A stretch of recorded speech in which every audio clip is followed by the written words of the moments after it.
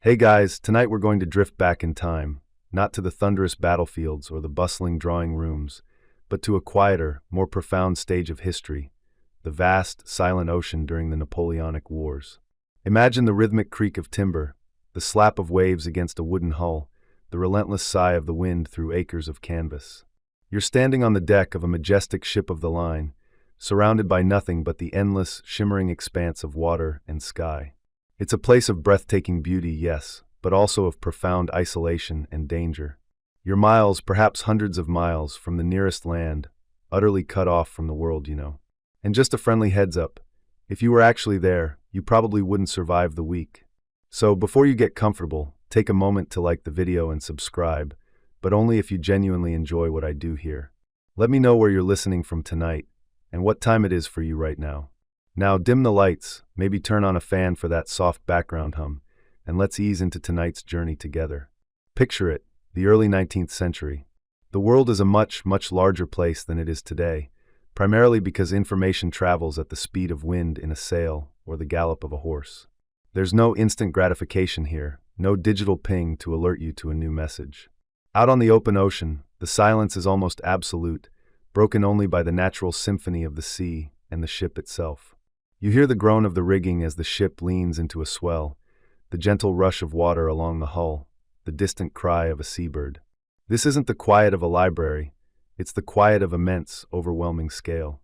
You are a tiny speck on a truly colossal canvas, and yet, somehow, you and your ship are part of a vast, intricate dance of power and strategy. Consider the sheer, almost unfathomable, scale of naval operations during this period. The British Royal Navy alone, at its peak during the Napoleonic Wars, commanded hundreds of ships, from mighty first-rates, bristling with over 100 guns, down to nimble frigates and smaller sloops. These vessels weren't just scattered randomly.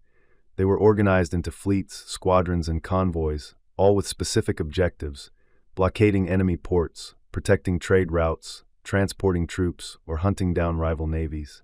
Imagine trying to coordinate a modern-day international sporting event, or even just a large family gathering, without phones, without email, without any way to instantly communicate.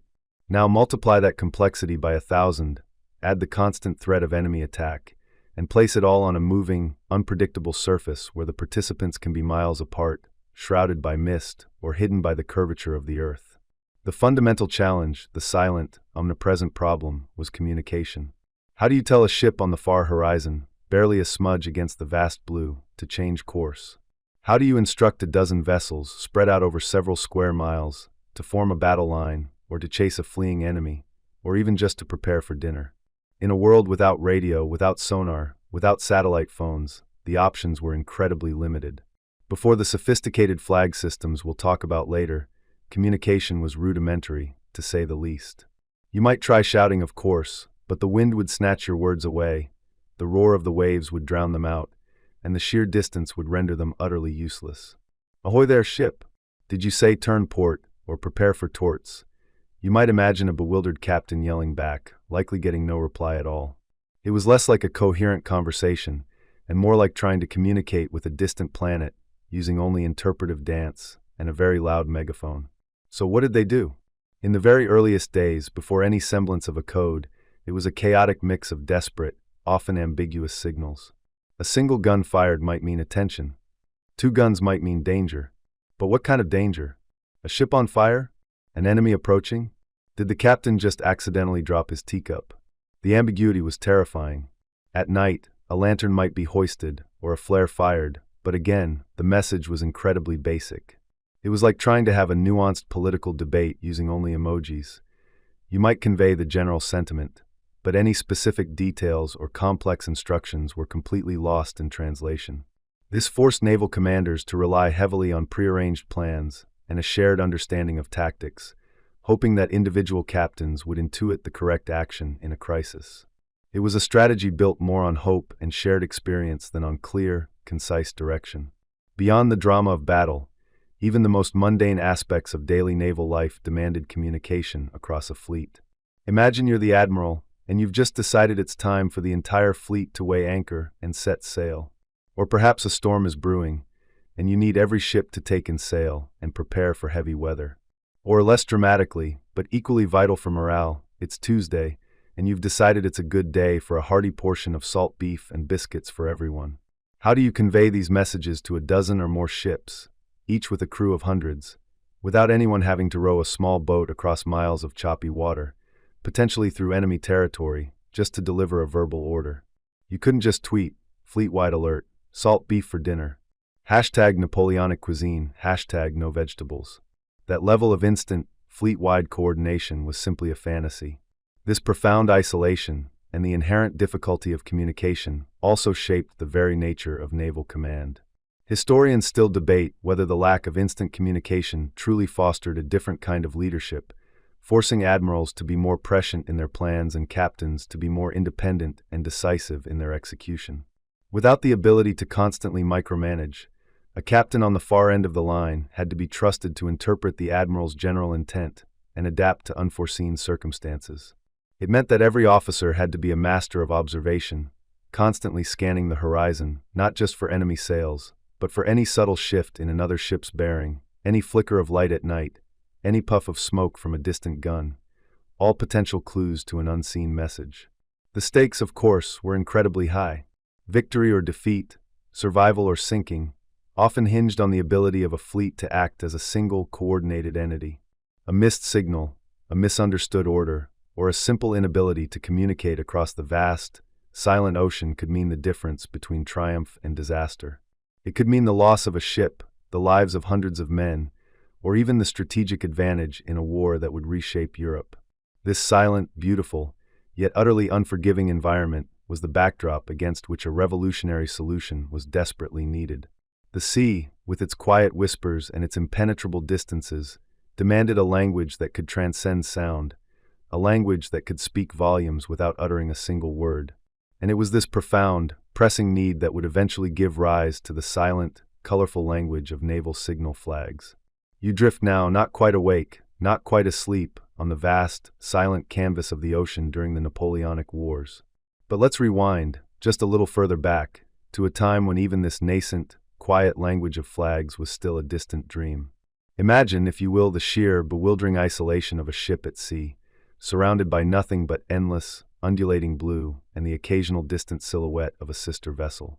How, you might wonder, did these leviathans of wood and canvas, separated by miles of churning water, manage to whisper a word to each other? Well, the truth, my friend, is that they barely did. Before the elegant dance of the banners, before the vibrant hues began to speak a silent language, naval communication was, to put it mildly, a bit of a chaotic mess. You're standing on the quarterdeck, the wind whipping at your face, the salt spray kissing your lips, and you desperately need to tell the ship 3 miles yonder to say, "Turn port," or "Look out for that rogue whale."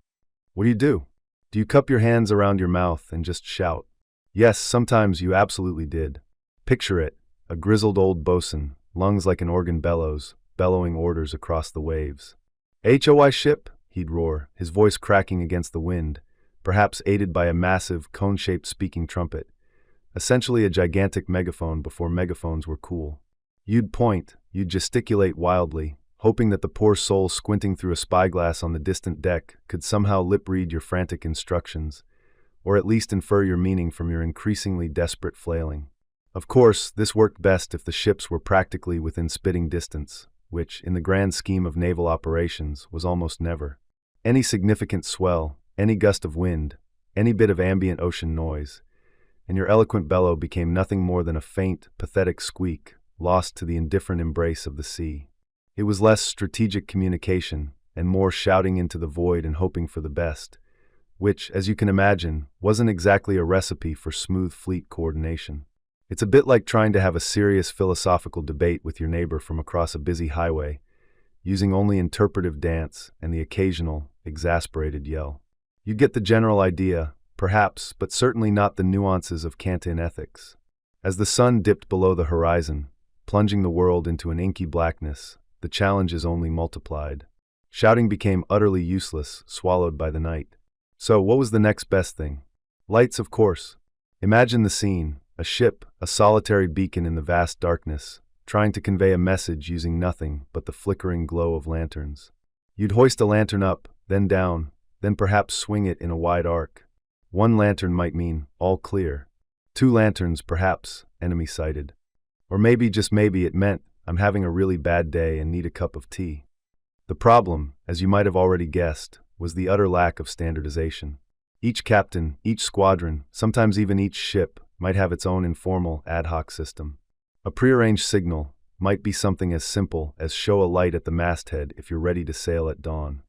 But what if someone hoisted a light by mistake? What if it was a fishing boat? What if a crewman just liked the ambience? The potential for hilarious, or tragically disastrous, misinterpretations was boundless. It was less like Morse code and more like a game of charades played in a blackout, with the stakes being, the fate of nations. And speaking of charades, some desperate captains would even resort to firing muskets or cannons in specific patterns at night.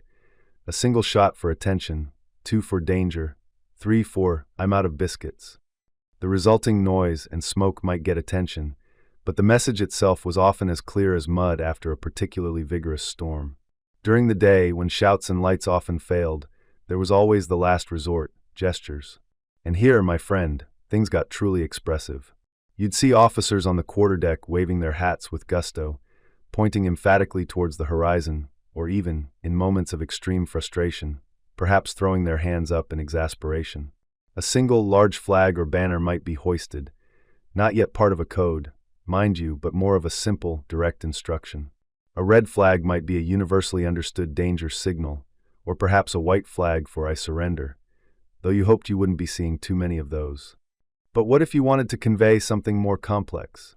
Form a line of battle, but slightly to the west, and please, for the love of all that is holy, don't hit our own ships this time. Good luck conveying that with a vigorous hat wave. This brings us to a mainstream historical fact. Before the advent of codified signal systems, naval fleets often relied heavily on the concept of following the leader, or a prearranged plan of battle, that was distributed to all captains beforehand. This meant that once the fighting started, or a complex maneuver was required, individual captains were often expected to interpret the admiral's intent rather than precise, real-time commands.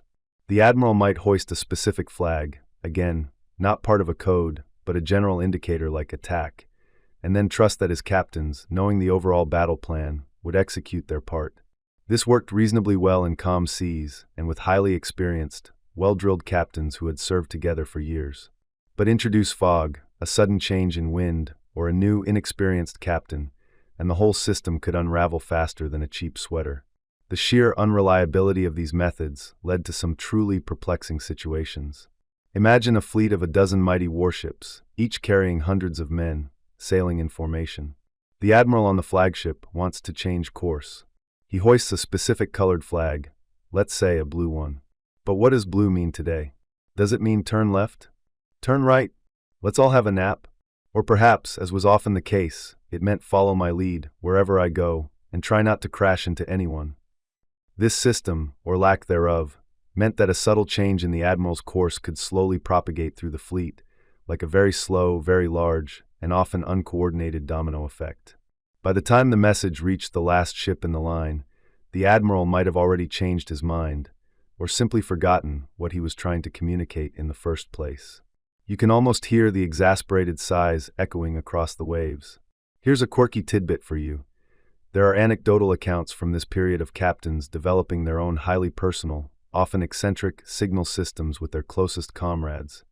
Imagine Captain Bligh, perhaps, having a secret understanding with his first mate where hoisting a certain pair of old trousers up the mast meant, I fancy a bit of rum, while a particular type of hat waved in a specific pattern meant, prepare for mutiny, but quietly. These informal, private codes were effective only for a very small, trusted circle, and utterly useless for larger fleet operations, not to mention completely bewildering for any new captain joining the squadron. One can only imagine the chaos if these bespoke signals were ever accidentally used in a general fleet engagement, leading to a frigate suddenly turning tail because it thought the admiral was signaling for second breakfast. And this brings us to an open scholarly debate. Historians still argue whether the dominant method of communication in early naval engagements was truly rudimentary visual signals, or if pre-battle conferences and shared strategic understanding played a far more significant role in coordinating fleets. Was it more about a captain's intuition and knowledge of the admiral's mind, or the desperate waving of a flag? The truth, of course, is likely a blend of both, but the inherent limitations of direct, real-time communication were undeniable. The constant frustration, the missed opportunities, the near collisions, and the sheer inefficiency of these rudimentary methods slowly, inexorably, began to push naval commanders towards a better solution. They needed a language that could transcend the roar of the wind, the crash of the waves, and the limitations of human lung capacity. They needed a system that was visible from a distance, unambiguous, and capable of conveying complex instructions. They needed something that could turn the silent ocean not into a void of isolation, but into a canvas for conversation. They needed something more than just shouting, blinking lanterns, or vigorous hat-waving. They needed a banner's dance. And that, my friend, is precisely where our story will take us next. But for now, let the quiet frustration of those early sailors lull you deeper into your slumber. You're drifting now, aren't you? Just imagine, if you will, the vast, undulating canvas of the sea, stretching out before you, mile after silent mile. In our last whispered journey, we touched on the rather unsubtle ways ships once tried to chat across these watery expanses. Shouts, cannon fire, flickering lanterns at night. It was all a bit like trying to host a productive video conference call with everyone on mute, except for the one person constantly shouting into a tin can from 3 counties away. You can almost hear the exasperated sighs of the admirals, can't you? No, Jenkins, I said, prepare to tack. Not prepare for snacks. The sheer, delicious impracticality of it all becomes gloriously clear when you consider the stakes. Coordinating an entire fleet, not just for a friendly regatta, but for the very serious business of war. It was this very, very practical, very urgent need for silent, distant communication that began to stir the quiet revolution of the flag code. It wasn't a sudden flash of genius, mind you, like someone waking up one morning and declaring, "Eureka! Let's hoist some colorful rectangles." Oh no, history rarely works that way, especially when it involves something as complex as commanding dozens of colossal wooden ships. Instead, it was a slow, almost imperceptible evolution, like the gentle lapping of waves against a hull, gradually shaping the shore. Think of it like this. You're a busy admiral, gazing out from your quarterdeck, perhaps with a cup of lukewarm tea in hand, watching your fleet spread across the horizon.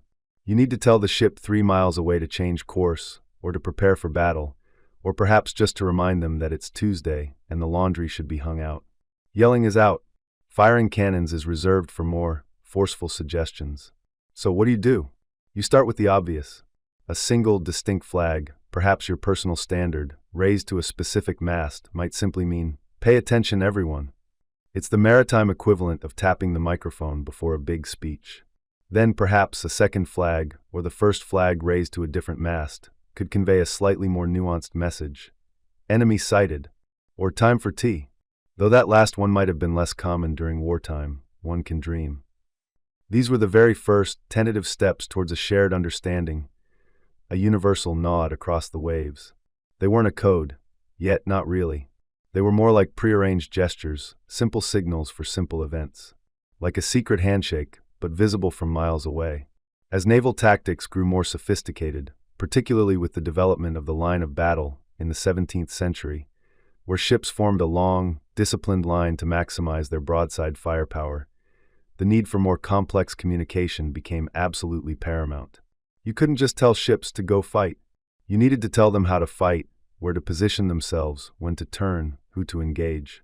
Imagine trying to choreograph a ballet with 1,000 dancers, all spread out over miles, and your only communication method is charades.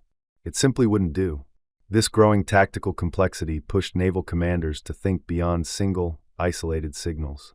They began to ponder systems, ways to combine flags, or to assign specific meanings to their positions to convey a wider range of messages. It was here, in this crucible of tactical necessity, that the concept of a flag code truly began to coalesce. It was the shift from simply saying yes or no to being able to construct rudimentary sentences, albeit very short ones. One of the earliest and most significant steps towards an organized system came from none other than James, Duke of York, who would later become King James II of England. In 1665, he issued his sailing and fighting instructions. Now, this wasn't a signal book in the modern sense. It was a comprehensive set of rules for naval conduct. But crucially, embedded within these instructions were specific directives for using flags to convey certain commands. For instance, hoisting the king's jack at the foretopmast head might signal fall into a line of battle, or a red flag at the main topmast head might mean engage the enemy. This was a mainstream historical fact that marked a turning point. No longer were signals purely ad hoc or admiral-specific. They were becoming standardized across the entire fleet, or at least the intended standard. You could finally tell your captain, "No, really, the Duke wants us to turn right." It's in the book, but here's where it gets a little messy. Because while the Duke of York laid down some foundational principles, standardization was a slow, often frustrating process. Imagine a world where every single app on your phone had a completely different interface, or where every single car had the gear stick in a unique, secret location. That was naval communication for a long time. Each admiral, each squadron, sometimes even each captain, might have their own beloved set of signals. You can picture the scene. A new ship joins the fleet, and the signal officer frantically flips through a dozen different, contradictory signal books, trying to figure out what that curious arrangement of red and white flags means. Is that prepare to anchor, or Admiral wants another biscuit? This lack of universal standardization was a constant, delightful source of confusion, and certainly a quirky tidbit of naval history. It was a bit like everyone speaking their own dialect of flag essay, hoping they'd be understood. This early embryonic stage of flag communication was also hampered by its limited vocabulary. You could convey broad commands, certainly. Chase the enemy. Cease fire. Form line. But the nuances were lost. You couldn't send a message like, "Please kindly inform Captain Smith that his pet parrot has escaped and is currently attempting to redecorate the main mast with its breakfast." For anything beyond the most basic, prearranged commands, you were still back to shouting, rowing a small boat between ships, or waiting for a quiet moment to try and communicate through semaphore arms. Historians still argue whether the primary driver for early flag code development was tactical necessity during battle or simply the logistical challenge of managing larger fleets in daily operations. Was it the chaos of combat that forced innovation, or the sheer headache of coordinating resupply, maneuvers, and even social calls across miles of water? Perhaps it was a beautiful dance of both, each pushing the other forward. Regardless of the precise impetus, the practical mechanics of these early codes were fascinatingly simple. You had a handful of distinct flags, perhaps a plain red, a plain white, a striped one, a checkered one. These were hoisted using halyards, ropes running up the mast, allowing the signalman to quickly raise and lower them. The position mattered. A flag at the mainmast might mean one thing, the foremast another. The combination of flags, even just 2 or 3, suddenly multiplied the number of messages you could send. It was a rudimentary binary code, centuries before computers, using cloth and wind instead of ones and zeros. The signalmen, even in these early days, were the unsung heroes. They weren't just sailors, they were the first true communicators, the quiet interpreters of the admiral's will. You can imagine them, squinting through spyglasses, their hands calloused from hauling ropes, their minds sharp, trying to decipher the fluttering canvas of a ship miles away, or meticulously preparing the next set of flags to be hoisted. It was a painstaking, often cold and wet job, but absolutely vital. So, as the silent, vast expanse of the ocean continued to demand more from its seafarers, the quiet whispers of early flag signals began to coalesce into a language. A language of necessity, born from the simple, yet profound, need for ships to talk without a sound. It was the birth of the code, the very first organized steps towards a system that would, in time, orchestrate the greatest naval battles in history. You find yourself drifting back, further into the salty mists of time, where the idea of a coordinated naval fleet was less a well-oiled machine and more a collection of very determined, but often individually minded, warships. Imagine, if you will, the challenge facing an admiral trying to command a dozen or more ships spread across miles of open ocean. It's a bit like trying to herd cats, if the cats were armed to the teeth and occasionally prone to sailing off in their own direction because they didn't quite catch your shout. This is where you encounter the earliest stirrings of what we might generously call the Admiral's secret language. Before the grand, standardized systems came into being, communication at sea was a patchwork quilt of individual ingenuity and, frankly, a fair amount of guesswork. Each admiral, upon taking command of a squadron or fleet, often found themselves staring down the barrel of a crucial problem. How do I tell everyone what I want them to do, all at once, without having to row over to each ship and have a lengthy chat? The answer, for many, lay in crafting their own personal signal book. You picture these early signal books, not as mass-produced manuals, but as bespoke, often handwritten volumes. Perhaps bound in worn leather, smelling faintly of sea salt and lamp oil, these were the Admiral's private Rosetta Stone. Inside, you'd find a collection of simple drawings, perhaps crude depictions of flags, or maybe just descriptions of which flag, or combination of flags, meant what. A red flag hoisted at the mainmast might mean prepare for battle, while a white flag at the foremast could indicate form a line of battle. It was functional, certainly, but also deeply personal. It was the naval equivalent of your grandpa having his own unique shorthand for grocery lists that no one else could decipher. The fundamental issue, you realize, was precisely that personalization. If Admiral A had his signal book and Admiral B had hers, and they suddenly found themselves needing to combine forces, they were essentially speaking different dialects of an already nascent language. It would be like trying to play a multiplayer video game where everyone has a different controller layout and no one bothered to tell anyone else. You'd end up with a lot of friendly fire, or at least, a lot of very confused ships sailing in circles. Consider the Royal Navy's own journey through this period. For much of the 17th and early 18th centuries, there was no single, universally adopted signal book. Admirals like Robert Blake or George Rooke, towering figures in naval history, would issue their own fighting instructions or sailing instructions, which included rudimentary flag signals. These were often distributed to the captains under their command, but they were temporary, specific to that admiral and that deployment. When a new admiral took over, or when ships from different squadrons needed to operate together, a fresh set of instructions and a new signal system might be introduced. You can almost hear the collective sigh of the signal officers, poring over yet another new set of rules.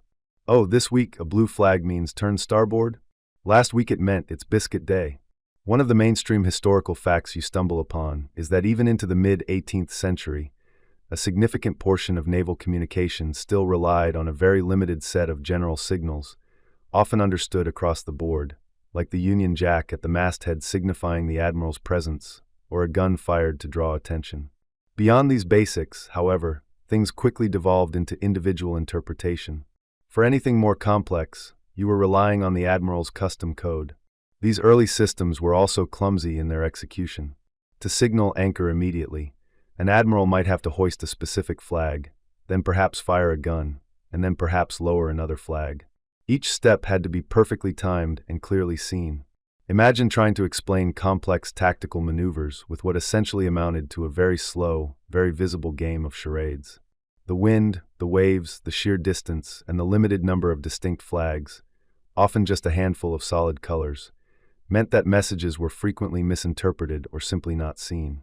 It's like trying to send an urgent text message using only emojis, and half of them are just blurry blobs. You can almost feel the frustration building in the admiral's cabin. He has a brilliant strategy, a daring plan to outmaneuver the enemy, but translating that brilliant strategy into a series of hoists and drops that his entire fleet can understand and execute in real time is an immense hurdle. The secret aspect wasn't just about keeping it from the enemy. It was also about the sheer difficulty of disseminating and consistently applying these unique codes even within one's own fleet. There's a quirky tidbit you uncover about Admiral Richard Howe, often called Black Dick by his sailors, who in the 1770s introduced a significant innovation for the British. He developed a numerical signal system, where flags represented numbers, which then corresponded to phrases in a codebook. This was a step toward what Popham would later perfect, but Howe's system was still quite limited and cumbersome. It required a ship to hoist multiple flags to form a number, and if even one flag was obscured or misread, the entire message collapsed. It was like trying to dial a phone number where each digit required a separate, distinct flag. If you missed the third digit, well, good luck calling your mom. The sheer volume of these unique signal books created a logistical nightmare. Every time a fleet was reorganized or a new commander appointed, new books had to be copied, distributed, and learned. And heaven forbid a signal book fell into enemy hands, for then their secret language was no longer quite so secret. Though to be fair, given the complexity and often arbitrary nature of these early codes, even if an enemy captured a book, they might just scratch their heads and wonder if it was a particularly obscure recipe for pickled herring. The French, the Spanish, and other European navies faced similar challenges. While their approaches might have differed in specific flag designs or methodologies, the underlying problem remained. How do you achieve fleet-wide coordination with a limited visual vocabulary and no universal standard? Some navies experimented with different flag shapes, or even more complex arrangements of flags, but this often led to flags being harder to distinguish at a distance or in poor light. Imagine trying to tell the difference between a slightly more triangular flag and a slightly less triangular flag in a gale. It was a recipe for confusion, not clarity.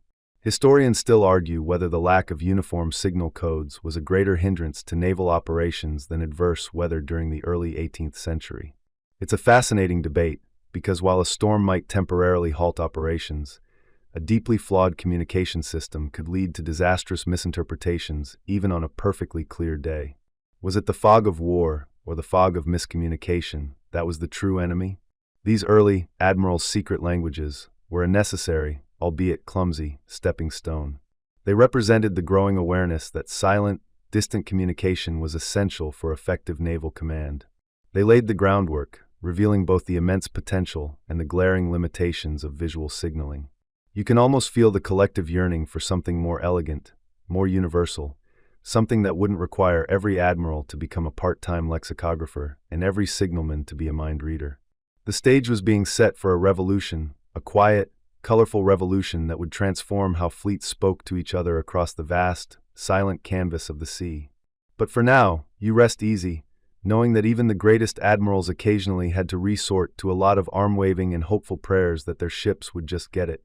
You've just drifted through the slightly awkward, rather charming era of naval communication, where admirals wrestled with signal books that felt more like a game of charades than a serious command system. Imagine trying to explain, "Please, for the love of all that is holy, form a line of battle now," with a series of flags that mostly meant, "Hello, are you there?" or "Is that a whale or just a particularly large wave?" It was, to put it mildly, a bit clunky. The previous systems, bless their well-meaning hearts, were often designed with a specific set of predetermined messages in mind. If you wanted to say something truly original, something not already etched into the signal book, you were usually out of luck. You might as well have tried to convey complex tactical maneuvers through interpretive dance. But then, as the salty sea spray settled and the urgent need for clarity grew, a rather remarkable figure steps onto our quiet stage: Sir Home Riggs Popham. Now, his name might not immediately spark recognition in the same way Nelson's does, but picture him as the quiet genius behind the scenes, the unsung hero who essentially gave the British Royal Navy its first truly effective voice. Before Popham, you could say the fleet was a choir trying to sing without a conductor, each ship humming its own tune, hoping it blended into something coherent. After Popham, they had a symphony orchestra. Popham wasn't just a sailor. He was an inventor, an innovator, a man with a mind for systems and order. He'd seen firsthand the frustrating limitations of the existing signal books. He understood the desperate need for a system that was not only fast and visible, but also versatile. He looked at the chaos of the old methods and thought, there has to be a better way to tell someone to come closer, but not too close, and also, we're out of biscuits.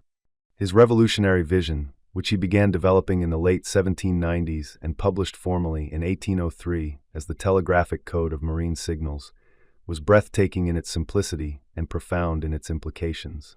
Here's the mainstream historical fact that underpins his genius. Popham introduced a numerical code system. Instead of assigning a flag combination to a specific pre-written phrase like, "engage the enemy more closely," he assigned numbers to words and common phrases. Think of it like a giant maritime dictionary, where every single word, every essential concept, every ship, every officer, and every conceivable order had a unique numerical identifier. Imagine, if you will, opening a book, a thick, weighty tome bound in leather, perhaps smelling faintly of salt and damp paper. Inside, you find pages upon pages of words, each next to a series of numbers. If you wanted to signal attack, you'd find its corresponding number. If you wanted to signal starboard, there was a number for that too. And if you wanted to combine them, like attack starboard, you'd simply send the numbers for attack followed by the numbers for starboard. This was the conceptual leap, the aha moment that changed everything. This seemingly simple shift from phrase-based signals to a numerical, word-based system was, in essence, the birth of naval text messaging. Before Popham, it was like sending pre-written postcards. After Popham, you could write a whole novel, one word at a time, just by stringing together numbers. It allowed for an astonishing range of messages to be constructed, far beyond anything previously imagined. No longer were commanders limited to a few dozen stock phrases. Now, with a few flags representing numbers, they could communicate virtually anything. It was like upgrading from a flip phone with 5 preset messages to a smartphone with a full QWERTY keyboard. The possibilities suddenly felt limitless. The beauty of Popham's system also lay in its efficiency. Instead of needing a vast array of unique flags for every single word or phrase, you primarily needed flags to represent the digits 0 through 9, plus a few special repeater flags to handle instances where a number needed to be repeated in a sequence. This meant fewer flags to manage, fewer flags to hoist, and a greatly reduced chance of confusion. You could, for instance, signal a 3-digit number with just 3 flags, each representing a single digit, hoisted sequentially or in a stack. This was a significant improvement over earlier systems that might have required multiple, often complex, flag hoists for even simple commands. Now you might be thinking, surely someone else thought of this? And indeed, the idea of numerical codes wasn't entirely new, but Popham's implementation, his comprehensive dictionary, and his dedicated flags for numbers perfected it for naval use. Historians still argue whether Popham's system was a wholly original stroke of genius or a brilliant synthesis and refinement of earlier, less successful attempts. What is undeniable, however, is that his telegraphic code was the one that stuck, the one that became the standard, and the one that truly revolutionized communication at sea for the British. It was adopted with remarkable speed across the Royal Navy, a testament to its undeniable superiority. One quirky or fringe tidbit about Popham's system is that while it was designed for maximum clarity and flexibility, the sheer volume of the signal book itself could be a bit daunting. Imagine being a signalman, frantically flipping through a book that contained tens of thousands of entries, trying to find the right number for urgently require more rum, but do not tell the Admiral I said that. Okay, maybe not that exact phrase, but you get the idea. The book was often bound in 2 parts to make it more manageable, one for general signals and another for more specific tactical commands. It was a dense piece of work, requiring intense study and practice to master. It was less a casual read and more a naval Bible, demanding silent devotion from its interpreters. The adoption of Popham's code meant that, for the first time, a commander could truly articulate complex tactical plans, relay detailed intelligence, and even express nuanced opinions across miles of open water, all without uttering a single sound. This silent revolution transformed naval warfare. It allowed admirals to direct their fleets with a precision that was previously impossible, coordinating movements, anticipating enemy actions, and deploying resources with unprecedented efficiency. It was like upgrading from yelling across a crowded room to having a private, secure chat line with every single person there. And in the high-stakes world of Napoleonic naval battles, where seconds could mean the difference between victory and defeat, this silent, numerical language was nothing short of a superpower. So, as you picture those vast, silent expanses of ocean, remember Sir Popham. He wasn't just a man who designed a flag system, he designed a language.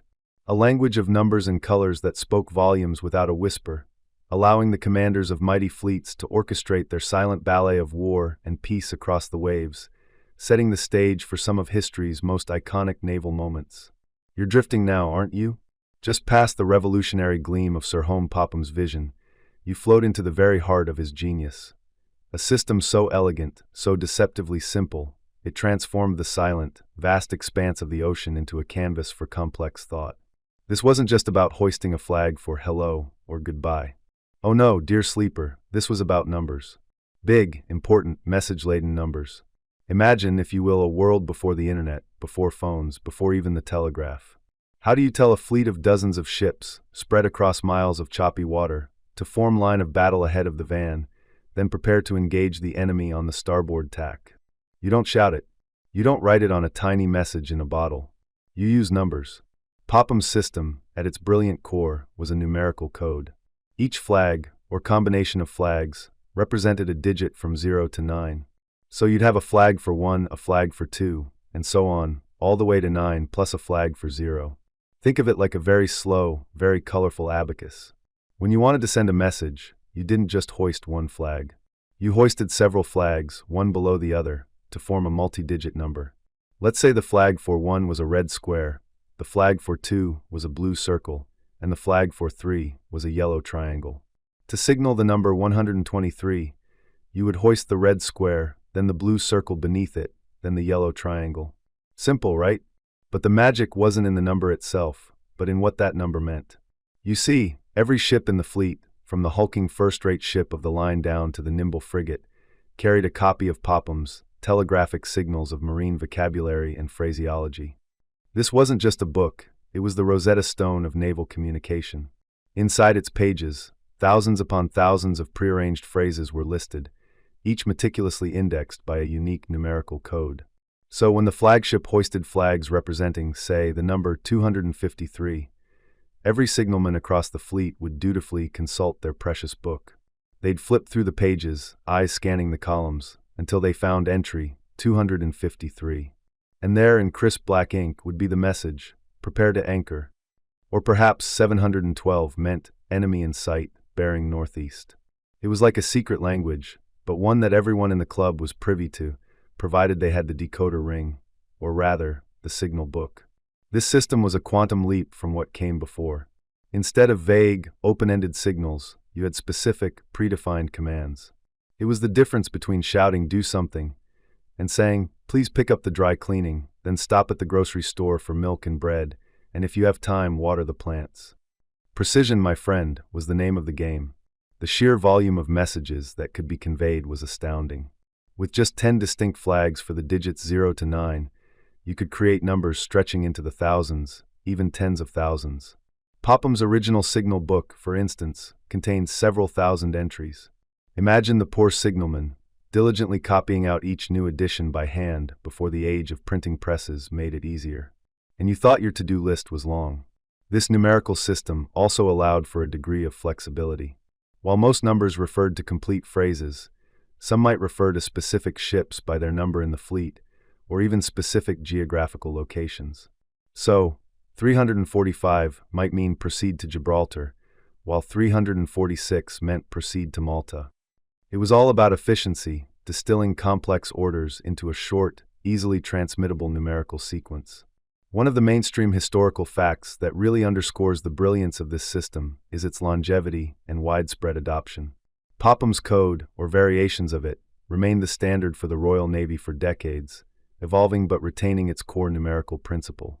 It was so effective that other navies quickly developed their own versions, often based on Popham's innovations.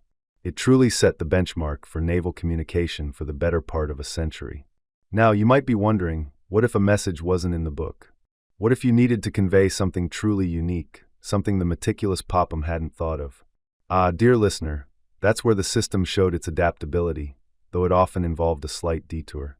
Some numbers in the signal book weren't phrases at all, but references to individual letters of the alphabet. So if you needed to spell out a ship's name or a new destination, you'd hoist a series of flags for the individual letters. It was slow, cumbersome, and frankly, a bit of a conversational dead end if you were trying to have a quick chat about the latest gossip, but it allowed for virtually infinite possibilities. Think of it as the naval equivalent of sending a very slow, very public text message, one letter at a time, across miles of ocean. No emojis, sadly, The signal book itself was a treasure. It was a highly classified document, kept under lock and key by the captain or the signal officer. Its loss to the enemy would be a disaster, akin to handing over all your military secrets on a silver platter.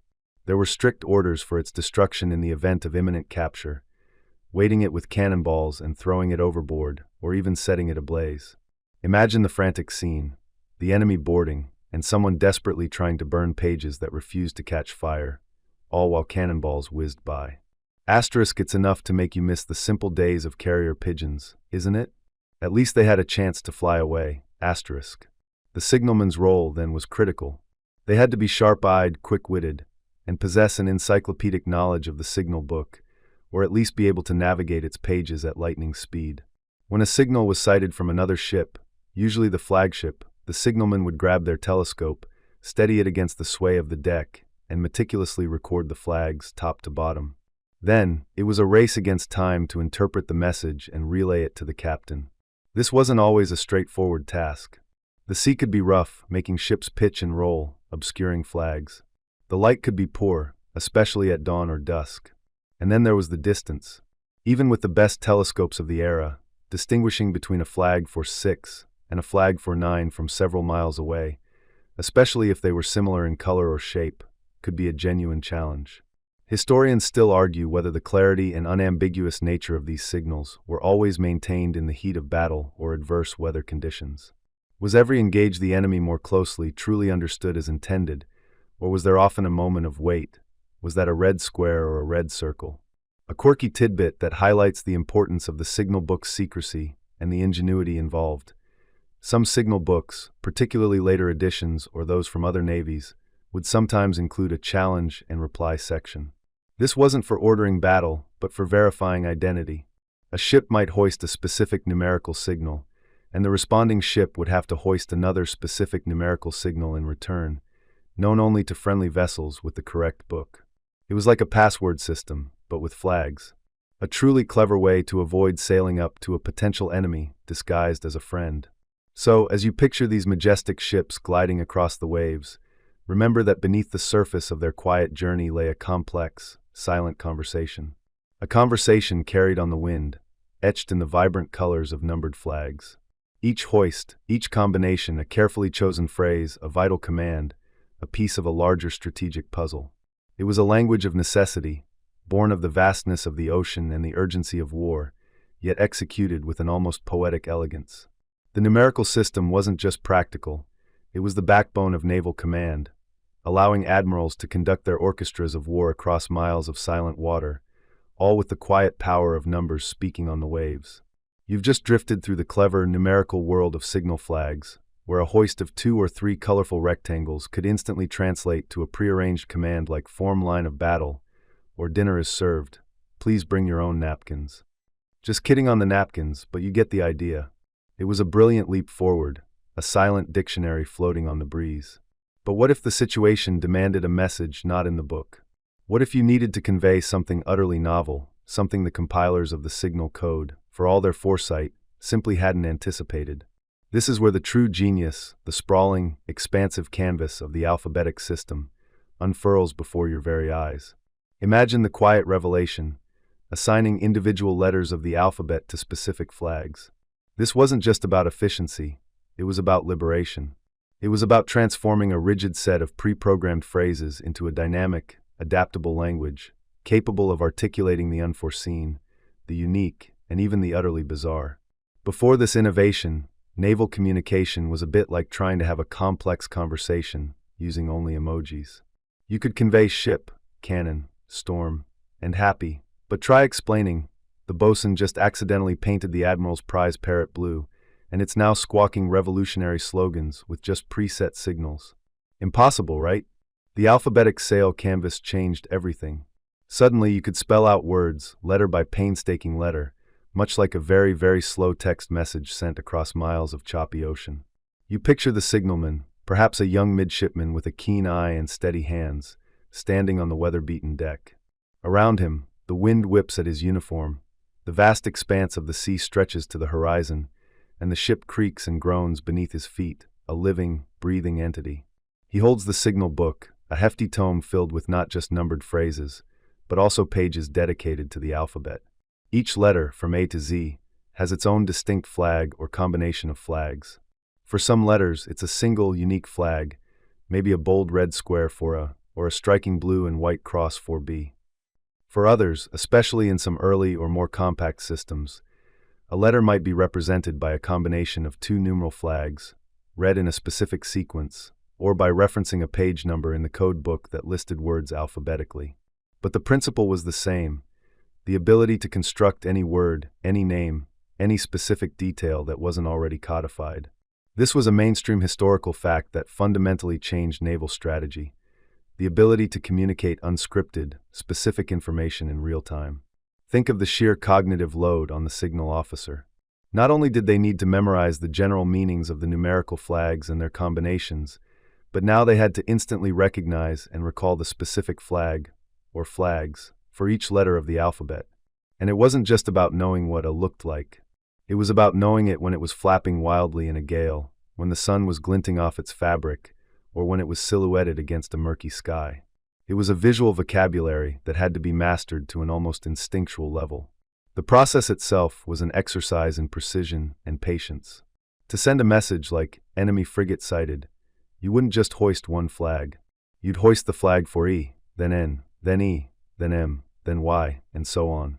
Each letter would be hoisted, held aloft for a moment to be clearly seen and recorded by the receiving ship, and then quickly lowered to make way for the next. It was a silent, slow-motion ballet, a series of deliberate movements designed to transmit information across the vast, indifferent ocean. Imagine trying to type an email one letter at a time, with each letter requiring you to physically walk to a flagpole, hoist a specific banner, wait for confirmation, then lower it and repeat. It's certainly not instant messaging, is it? This system, while revolutionary in its flexibility, came with its own set of inherent challenges. Speed was certainly one. While a numerical signal could convey a complex idea with just a few flags, an alphabetic message, especially a long one, could take a significant amount of time to transmit. Every single letter had to be hoisted, read, and acknowledged.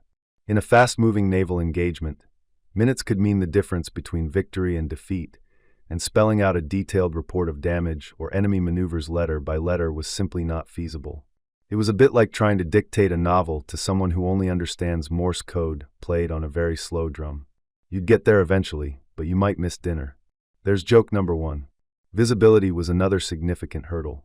A single flag, or a small hoist of 2 or 3, is relatively easy to spot and identify, even at a distance. But imagine a long string of flags, perhaps 6, 8, or even 10 flags high, each representing a different letter. As the message grew longer, the visual complexity increased exponentially. Factors like distance, poor light conditions, think dawn, dusk, or an overcast day, and especially the dreaded sea fog, could render these intricate alphabetic messages utterly unreadable. It's like trying to read a tiny font on a billboard from across a busy highway on a foggy night with your glasses off. You're just not going to get the full picture. Despite these challenges, the ability to spell out words was a game changer for detailed reporting and nuanced communication. While battle commands would still heavily rely on the quick, unambiguous numerical codes, the alphabetic flags were invaluable for conveying specific intelligence. You could report the precise number of guns on an unknown ship, describe a unique identifying mark on an enemy vessel, or even, perhaps, signal a very specific, quirky request, like "Please send over your finest barrel of pickled gherkins. Ours have mysteriously vanished." Joke number 2, because even in war, some things are essential. A quirky tidbit about this system is how navies handled less common letters or abbreviations. Some systems, for instance, might have had a specific flag for Q, but then used a combination for CH or SH, recognizing common letter pairings in their language. There was also the challenge of double letters. How do you signal LL or SS without confusion? Often, a special repeater or substitute flag would be used to indicate that the previous flag was to be repeated, preventing the need for an entirely separate flag for every possible double letter. This clever economy of flags was crucial for keeping the total number of flags manageable. Historians still argue whether the complexity of spelling out messages letter by letter truly saw widespread use in fast-paced battle scenarios, or if it was primarily reserved for more leisurely, detailed communications outside of combat. It's a fascinating chicken-and-egg question. Did the limitations of the technology dictate its use, or did the operational needs of the Navy prioritize speed over granular detail in certain situations? Regardless, the capacity for such detailed communication was now present, a silent promise of future advancements. The signalman, a quiet hero of the fleet, had to possess not just sharp eyesight and a steady hand, but also an encyclopedic knowledge of the signal book, the ability to quickly translate written words into a sequence of flags, and the mental fortitude to do so under immense pressure. He was the human interface between the admiral's thoughts and the fleet's actions, a living, breathing router of information. He knew that a single misplaced flag, a single misread signal, could have catastrophic consequences. The weight of an entire battle, or the safety of a convoy, could rest on his accurate and timely hoisting of a piece of dyed fabric. And so, as you envision these silent, colorful conversations unfolding across the vast, blue canvas of the sea, you begin to appreciate the true elegance of this system. It wasn't just about sending orders. It was about extending the reach of human thought, allowing commanders to express themselves with a precision previously unimaginable. The individual letters, hoisted one after another, were like silent whispers across the waves, slowly but surely painting a detailed picture, conveying information that could not be contained within a predefined phrase. It was the birth of true, flexible language at sea, a precursor to all the instantaneous digital chatter we take for granted today. It's almost enough to make you want to learn flag semaphore, just in case your Wi-Fi goes out and you need to tell your neighbor you're out of milk. And there's joke number 3. Now, as you drift further into this quiet history, let's talk about something surprisingly vibrant in this world of silent command, color. You've seen the flags, perhaps, in old paintings or modern reproductions, fluttering bravely against the vastness of the sea and sky. But have you ever paused to consider why they were those specific colors? Why red, white, blue, and yellow? It wasn't just a random pick from a paint box, you see. Oh no, this was a carefully considered, highly practical decision, driven by the very real demands of visibility across miles of open water. Imagine, if you will, the sheer optical challenge. You're on the deck of a rolling warship, perhaps in the golden glow of a setting sun, or under a sky bruised with impending storm, or even in the bright, harsh glare of a summer noon. Your eyes strain across the waves, searching for a tiny square of fabric hoisted high on a distant mast. This isn't like reading a text message on your phone, where the pixels are neatly arranged and backlit for your convenience. This is raw analog communication, at the mercy of light, distance, and atmospheric whims. So the palette was, by necessity, incredibly limited. You won't find neon green or deep purple here. Those colors, while perhaps aesthetically pleasing to a modern eye, would simply vanish into the visual clutter of the maritime world. Green, for instance, might be lovely in a garden, but against a backdrop of a distant coastline, or even the subtle greenish gray of certain sea conditions, it would practically disappear. Black, while dramatic, tends to absorb light and become a murky blob at a distance, especially on an overcast day. And brown? Well, let's just say no one was keen on making their vital messages look like a piece of old canvas. No, the chosen few were red, white, blue, and yellow. A striking quartet, each selected for its ability to stand out, to shout its presence without making a sound. Think of them as the primary colors of silent command, the foundational hues upon which an entire language was built. Let's begin with red. Our red. The color of passion, of danger, well, a very effective dye for one. On the open sea, red flags, especially those with generous surface area, possess a remarkable ability to catch the eye. Against the cool blues and grays of the ocean and sky, red pops with an undeniable urgency. It's like a visual exclamation mark, isn't it? You can spot a clear red flag from a surprising distance, even when other colors might start to blur into the background. There's a reason stop signs and fire engines are red, even today. It's a color that demands attention. However, even red had its challenges. As the sun dipped towards the horizon, painting the sky in fiery hues of orange and crimson, a red flag could, paradoxically, become lost in the very grandeur of nature's own light show. Imagine trying to distinguish a red signal flag against a truly spectacular sunset. It would be like trying to find a single, very specific, red gumball in a giant jar of red gumballs. A bit tricky, wouldn't you agree?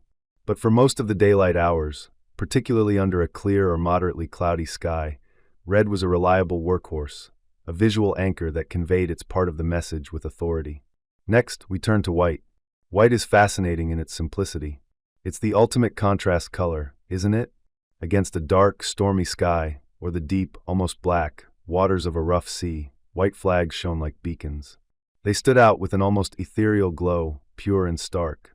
You can picture them, crisp and bright, snapping in the wind, a sharp counterpoint to the brooding elements. And what's more, white fabric was naturally the easiest to come by and maintain. No complex dyes required, just good, clean linen or wool bunting. But white, too, had its Achilles heel. Imagine a bright, sunny day with a sky full of fluffy, white cumulus clouds.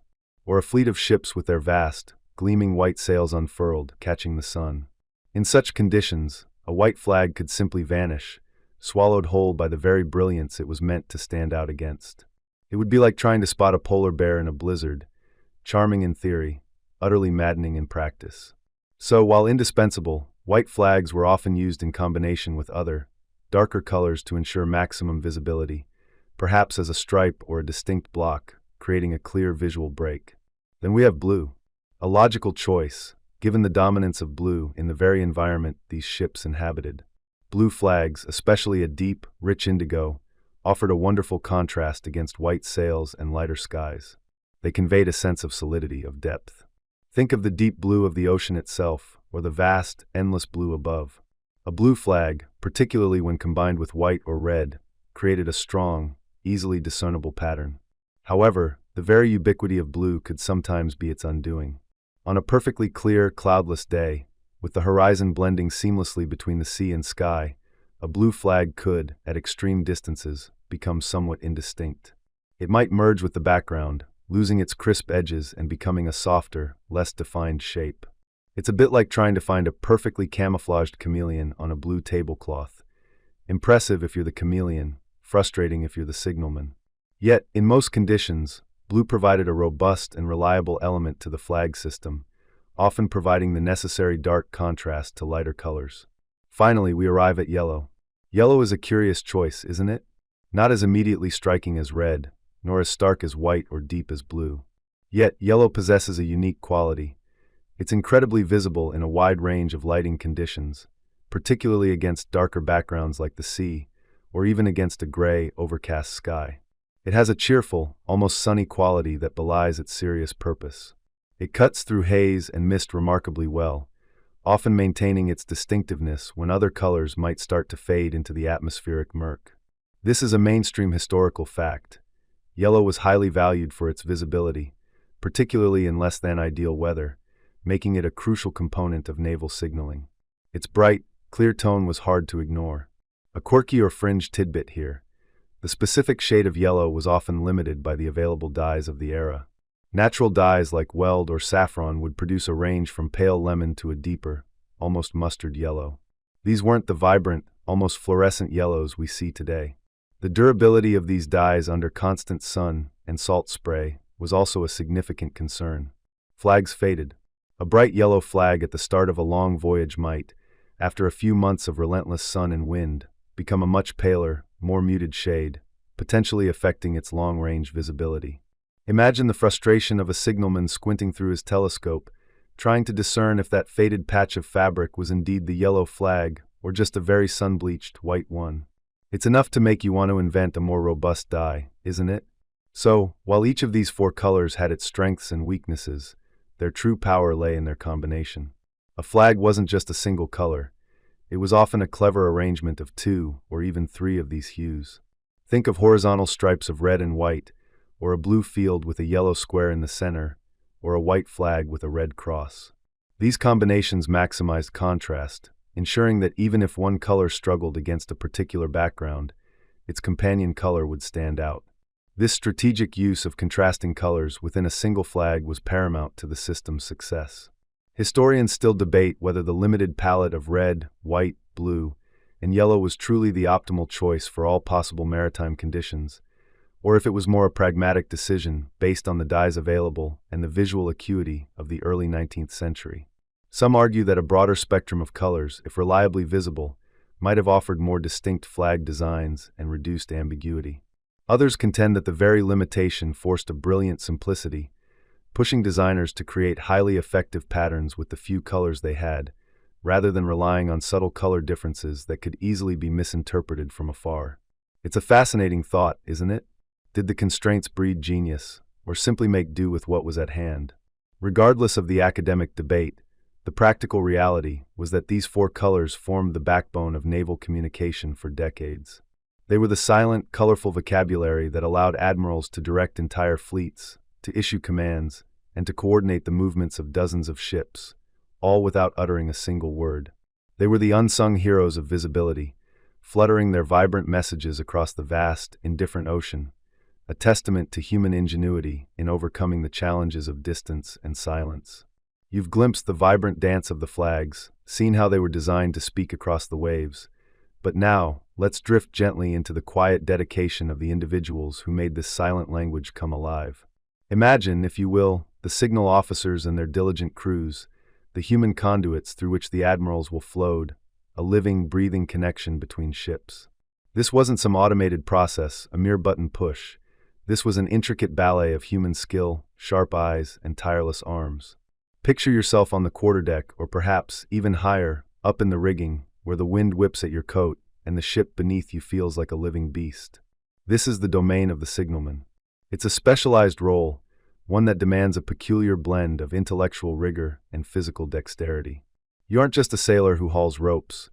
You are the ship's primary interpreter, its living modem, its very own human Wi-Fi hotspot in a world utterly devoid of digital signals.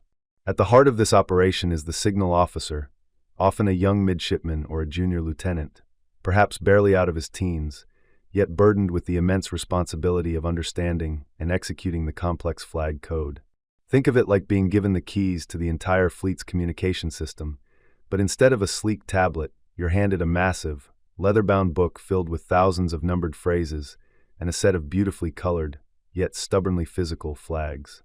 Your brain, in essence, becomes the processor, swiftly cross-referencing incoming flag combinations with the codebook, or, even more impressively, recalling them from memory. You see a hoist of flags fluttering on the horizon, perhaps 3 flags, one above the other. Your eyes, trained to an almost unnatural degree, instantly register the colors and shapes. Red over white over blue. You don't just see fabric, you see numbers.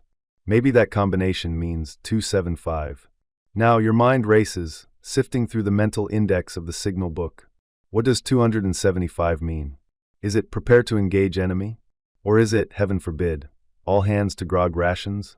The stakes, as you can imagine, are quite different. This lightning-fast recall, this instant translation, is the product of endless drills, countless hours spent poring over the signal book until the numbered phrases were etched into the very fabric of your mind. It's like having Google in your head, but without the benefit of a search bar or autocorrect. Below the signal officer, or perhaps working right alongside him, are the signalmen themselves, the crew members, often ordinary seamen, who are the muscle and precision of the operation. Their job is to hoist and lower those heavy bundles of flags, sometimes several at once, with incredible speed and accuracy. Imagine trying to untangle a spaghetti of ropes, attach the correct flags in the precise sequence, and then haul them up to the masthead, all while the ship pitches and rolls beneath your feet. The wind tries to rip the flags from your grasp, and the eyes of the entire fleet are on you.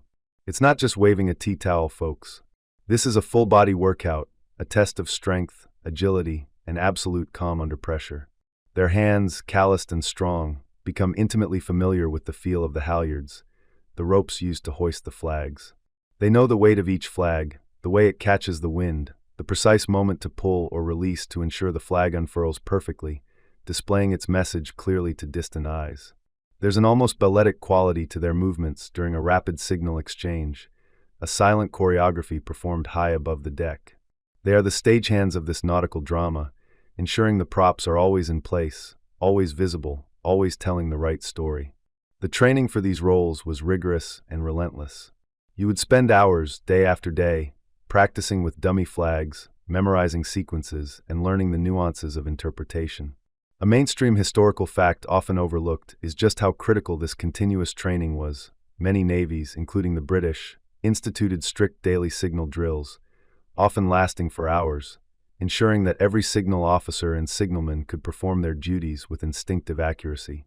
It was rote memorization combined with practical application, much like learning a new language by constant immersion. You'd be tested on obscure signals, on how to respond to a specific command, on how to recognize a particular ship by its unique combination of flags. It was like naval jeopardy, but with actual consequences if you got the answer wrong. And the environment in which they worked, far from the sheltered comfort of the captain's cabin. You are exposed to the full fury of the elements. In a biting gale, you're battling the wind as it tries to tear the flags from your grip, whipping them into a frenzy of tangled canvas. In the scorching sun, the colors might shimmer, making distant flags harder to discern. At night, in the absence of light signals, flag communication ceased, but during the day, your vigilance was constant. You might be perched high on the mast, a tiny figure against the vast canvas of the sky and sea, your eyes constantly scanning the horizon for any change in the admiral's flags, or for a signal from a distant frigate reporting a sighting. One quirky tidbit about these dedicated individuals is the constant struggle with the physical integrity of the flags themselves. The sun would fade the vibrant reds and blues, strong winds would fray the edges, and salt spray would stiffen the fabric. It was a continuous battle against entropy. Signalmen often had to be adept at quick repairs, patching tears or reinforcing seams, because a faded or tattered flag could lead to misinterpretation, and a misinterpretation could lead to disaster. Imagine trying to decipher a faded emoji when your life depends on it. That's the level of stress they operated under. So while the signal officer was the brain and the signalman the brawn, both also had to be part-time textile repair specialists. The pressure on these individuals was immense. In the heat of battle, with cannon smoke obscuring the view and the roar of broadsides deafening, maintaining clear communication was a Herculean task. Imagine trying to read a tiny flag flapping in a cloud of sulfurous smoke, knowing that the fate of your ship, perhaps even the entire fleet, might hinge on your ability to correctly identify that one critical signal. Historians still debate whether the sheer volume of signals required for complex maneuvers sometimes led to more confusion than clarity, even with the most dedicated signalmen at the helm.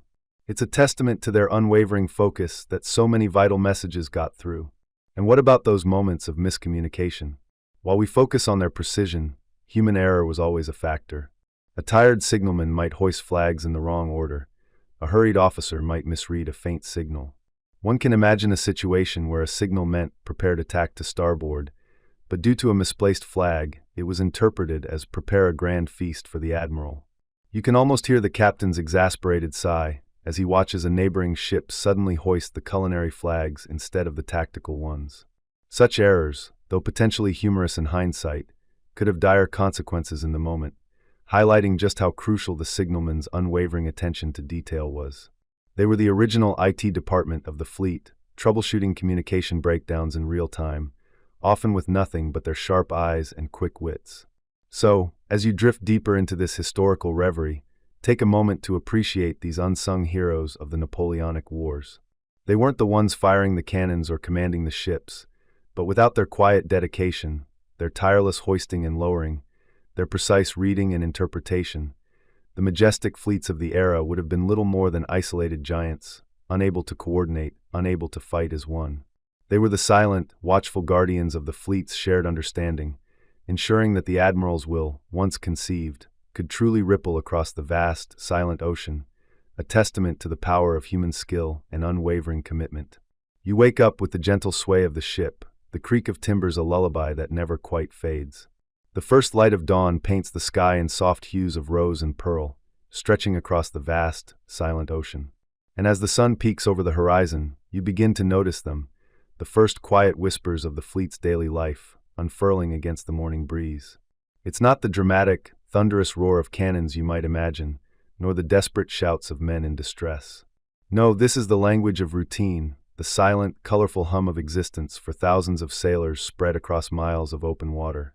Imagine, if you will, being a signal officer on a ship of the line, your eyes perpetually scanning the mastheads of your sister ships. Your watch begins before the sun is truly up, a quiet vigil as the world around you slowly stirs. The first flags to ascend are often the most mundane, yet utterly essential. Perhaps a simple form column, or maintained station signal, ensuring that as the fleet shakes off the night, it does so with military precision, each ship falling into its preordained place. It's like a colossal multi-ship ballet, but instead of music, the only cues are the silent fluttering of fabric.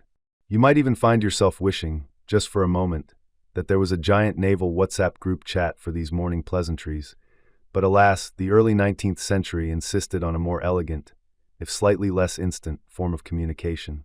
The day progresses, and with it, the silent conversation intensifies. You might see a flag combination indicating "prepare to make sail" or "reduce sail" as the wind shifts its temperamental mood.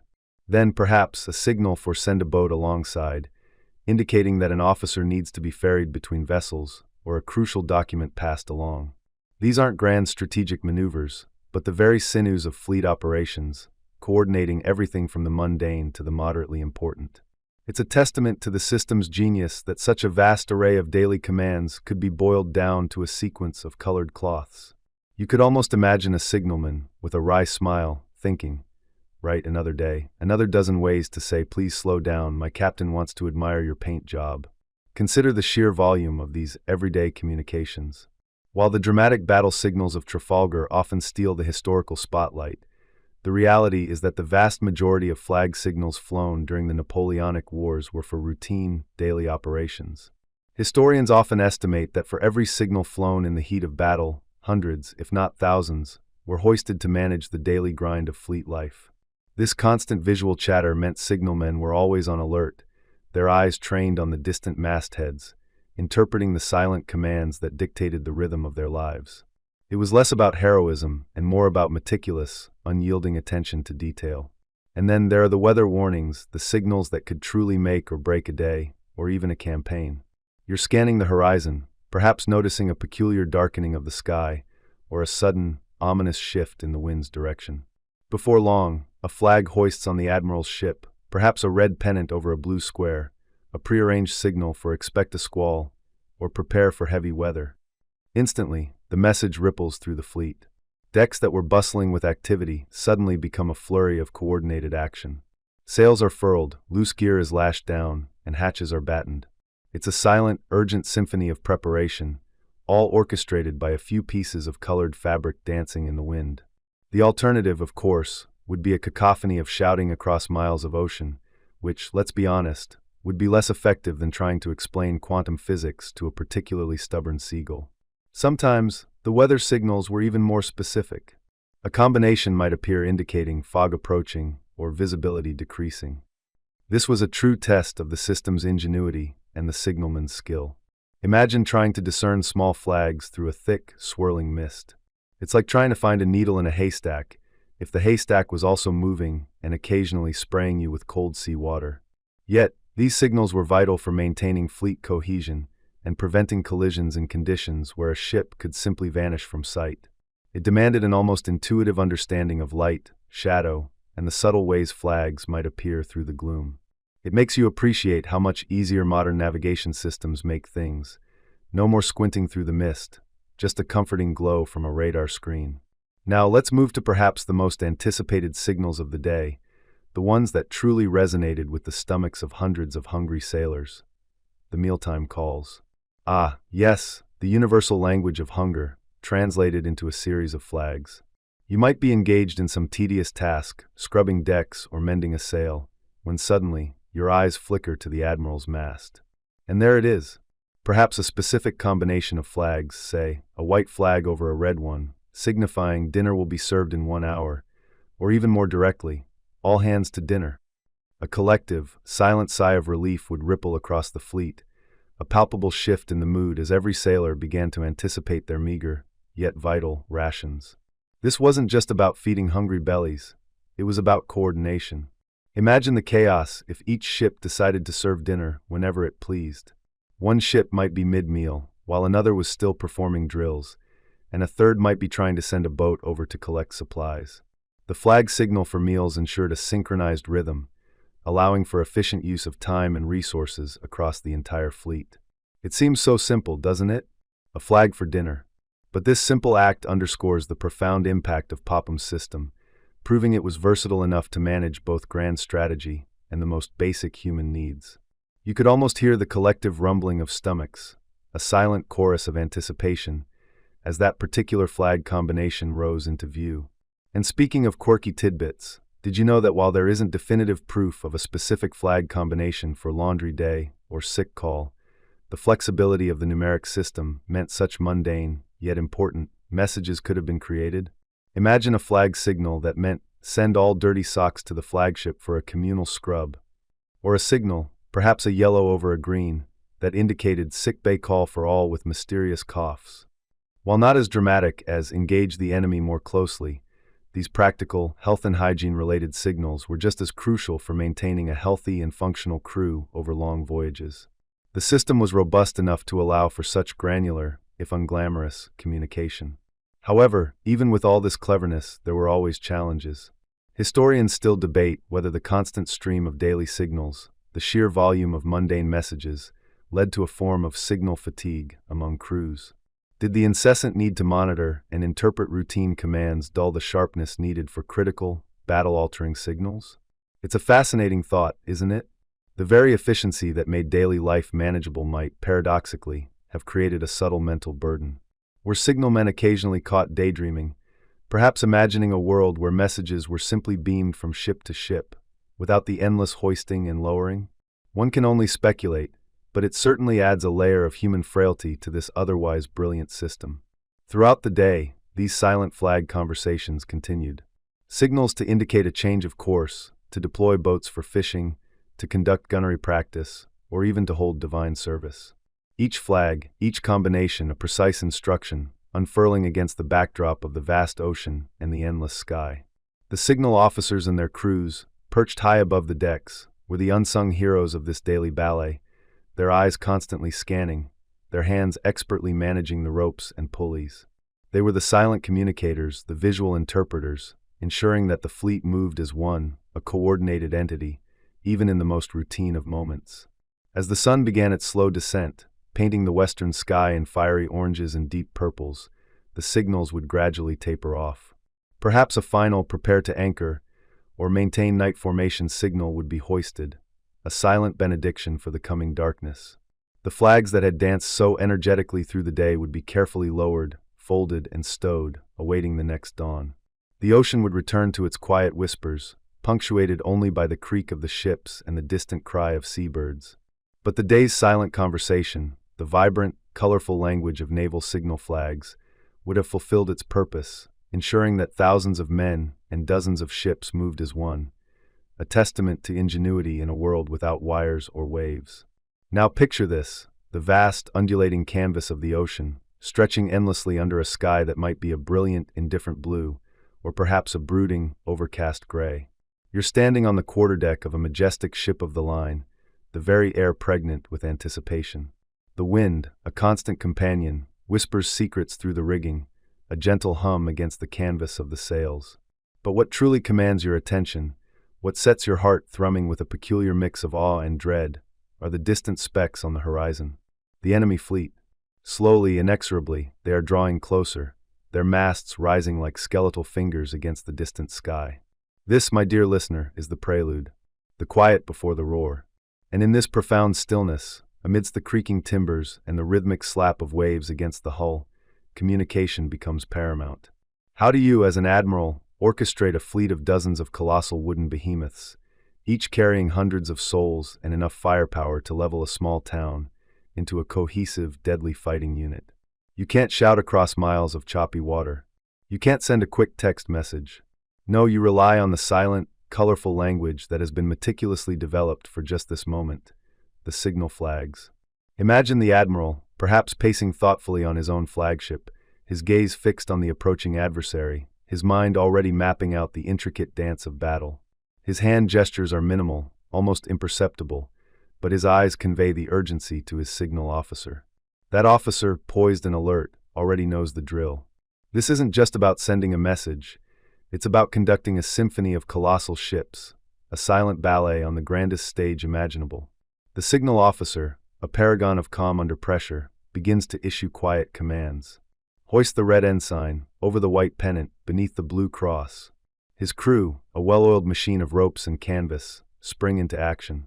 There's a quiet thump as the bundle of flags is released from its confines, a gentle whir as it ascends the halyard, and then, with a soft snap and flap, the flags unfurl against the sky. Each color, each shape, a syllable in this silent conversation. This is where the true genius of the flag system shines brightest, orchestrating battle preparations. Think of it like the world's slowest, highest-stakes game of Simon Says, except Simon is miles away, and if you get it wrong, well, the consequences are rather more dire than just being out of the game. You're not just being told to wiggle your thumbs, you're being told to turn your entire 74-gun ship, weighing thousands of tons, by several points to starboard, or to reduce sail, or to form a specific line. The most crucial formation in this era of naval warfare was, without a doubt, the line of battle. This wasn't some haphazard arrangement. It was a meticulously planned, single-file procession of ships, each positioned to bring its formidable broadside, that's all the guns on one side of the ship, to bear on the enemy. Imagine trying to get a dozen or more unwieldy, wind-dependent vessels to align perfectly, often in challenging sea conditions, while under the watchful eye of an approaching enemy. This was the ultimate test of an admiral's command and a signalman's precision. So, you see the signal from the flagship. Perhaps it's a sequence that translates to form line of battle ahead, bearing northeast. Immediately, the signal officer on your ship, having consulted his Popham's code book, that thick, sacred tome of naval commands, barks orders. The helmsman adjusts the wheel, the sailing master shouts commands to the rigging, and slowly, ponderously, your ship begins its turn. The sails, once filled with a steady breeze, now ripple and adjust, catching the wind to guide you into position. And it's not just a single order. As the fleets draw closer, the situation is dynamic. The admiral might need to adjust the speed of the leading ships, or order a specific vessel to drop back, or even to break formation for a tactical advantage. Each adjustment requires a new set of flags, a new silent command rippling through the fleet. You might see a flag hoisted that means close up the line, urging ships to reduce the gaps between them, ensuring a continuous barrage of firepower. Or perhaps prepare for action, a chillingly calm command that signals the final readiness before the storm. Consider the sheer visual complexity of this. On the flagship, signalmen are continuously hoisting and lowering different combinations of flags. Each ship in the fleet, in turn, must identify the signal, acknowledge it, often by hoisting a specific answering pennant, and then execute the command. It's like a colossal, slow-motion synchronized swimming routine, but with wooden warships instead of swimmers, and the stakes are, well, rather higher than a gold medal. This silent choreography was a thing of terrifying beauty. The sight of a fleet, sails billowing, slowly wheeling into its predetermined battle line, was a testament to the discipline and training of the Royal Navy. It was a visual declaration of intent, a promise of the thunder to come. The flags, those simple pieces of colored cloth, were the invisible threads that bound the fleet together, turning individual ships into a unified, formidable force. One quirky tidbit about this pre-battle maneuvering: sometimes, an admiral might hoist a specific flag to indicate his personal intention, not just a fleet-wide command. For instance, Nelson was known to sometimes use a unique private signal, perhaps a specific combination of flags that meant, "I intend to attack the enemy's rear," or even "follow my lead," a direct, almost intimate command to his captains, distinct from the more formal fleet maneuvers. These personal signals added another layer of complexity, and at times, a dash of the admiral's personality to the silent communication. Imagine trying to decipher that amidst the stress of battle preparation. Is that a fleet order, or is the admiral just feeling particularly aggressive today? Historians still argue whether the complexity of these flag-based battle preparations sometimes hindered flexibility in the heat of the moment. While brilliant for pre-planned maneuvers, adapting quickly to unexpected changes in wind or enemy movement could be cumbersome, requiring a flurry of new signals and potentially leading to delays or misinterpretations. It was a system designed for precision, but sometimes precision came at the cost of spontaneity. You feel the ship shudder slightly as the last adjustments are made to the sails. The decks are cleared, gun crews are at their stations, and the last of the wooden bulkheads are removed, readying the formidable cannons. The silence, once merely anticipatory, now feels heavy, almost suffocating. The flags, still fluttering proudly from the mastheads, have done their job. They have guided you, without a single shouted word, without a single blast of a trumpet, into position. The ballet is complete. The stage is set, and just as the last flag is lowered, signaling the completion of the maneuver, you know, with a chilling certainty, that the quiet is about to be shattered. The colorful language of flags has spoken its final, silent command, and now, the cannons are ready to speak theirs. You drift now, gently like a sun-dappled wave, towards the most iconic moment in the silent symphony of naval flags, a moment so steeped in legend it barely feels real. It's the morning of October 21st, 1805. You're somewhere off Cape Trafalgar, on the vast, undulating expanse of the Atlantic. The air is crisp, the sky a pale, hopeful blue, and the gentle roll of the ship beneath you is the only sound, save for the creak of timbers and the distant cries of gulls. But silence, as we've learned, can be deceiving. Today, it's merely the calm before a very, very loud storm. You stand on the deck of a British ship, perhaps the majestic HMS Victory itself, if you're feeling particularly grand tonight. The sun has barely kissed the horizon, painting the eastern sky in soft hues of rose and gold. But your gaze isn't fixed on the beauty of the dawn. No, your eyes, and the eyes of every single sailor, officer, and even the ship's cat, probably, are fixed on the horizon to the southeast. There, a formidable sight is slowly revealing itself. The combined fleets of France and Spain, 33 ships of the line, a forest of masts and sails, a silent, imposing wall of naval might. Your own fleet, 27 ships strong, is arrayed in 2 columns, a daring, almost audacious formation designed by the admiral himself.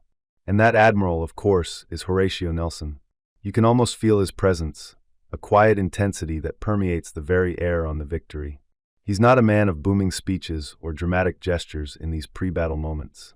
His power lies in his clear vision, his deep understanding of naval tactics, and perhaps most importantly, his almost mystical ability to inspire unwavering loyalty and courage in his men. He's already given his general battle plan, the famous Nelson touch, which essentially boils down to engage the enemy closely and do your best. A truly profound strategic directive, wouldn't you agree? It's like telling a chess master, just capture the king and try not to lose your queen. Simple, yet brilliant in its trust of individual initiative. Yet, as the French and Spanish ships draw closer, their sails swelling with the light breeze, a thought begins to form in Nelson's mind. A final, unifying message. Something to stir the blood, to remind every single soul on those 27 ships what they are fighting for. He doesn't want a complex tactical order, he's already laid those out. He wants something more fundamental. Something that speaks to the very core of British identity, of duty, of expectation. He turns to his signal officer, Lieutenant John Pascoe, a man who, at this moment, is probably wishing he'd chosen a less stressful career, like, say, professional napping. Nelson, ever the direct leader, begins to dictate his message. I wish to say to the fleet, Nelson confides that every man will do his duty. Pascoe, a man of practicalities and Popham's code, immediately sees a problem. Confides isn't in the signal book. Or rather, it is, but it would have to be spelled out letter by letter, flag by flag. Imagine the time. Each letter requiring a separate hoist, a laborious, painstaking process that would take precious minutes, perhaps even an hour, as the enemy bore down. It would be like trying to order a pizza during a zombie apocalypse using only Morse code. You'd starve before you got to extra cheese. So Pascoe, with a respectful but firm voice, suggests an alternative. If your lordship will permit me to substitute expects for confides, the signal will soon be made, as expects is in the vocabulary while confides must be spelled out.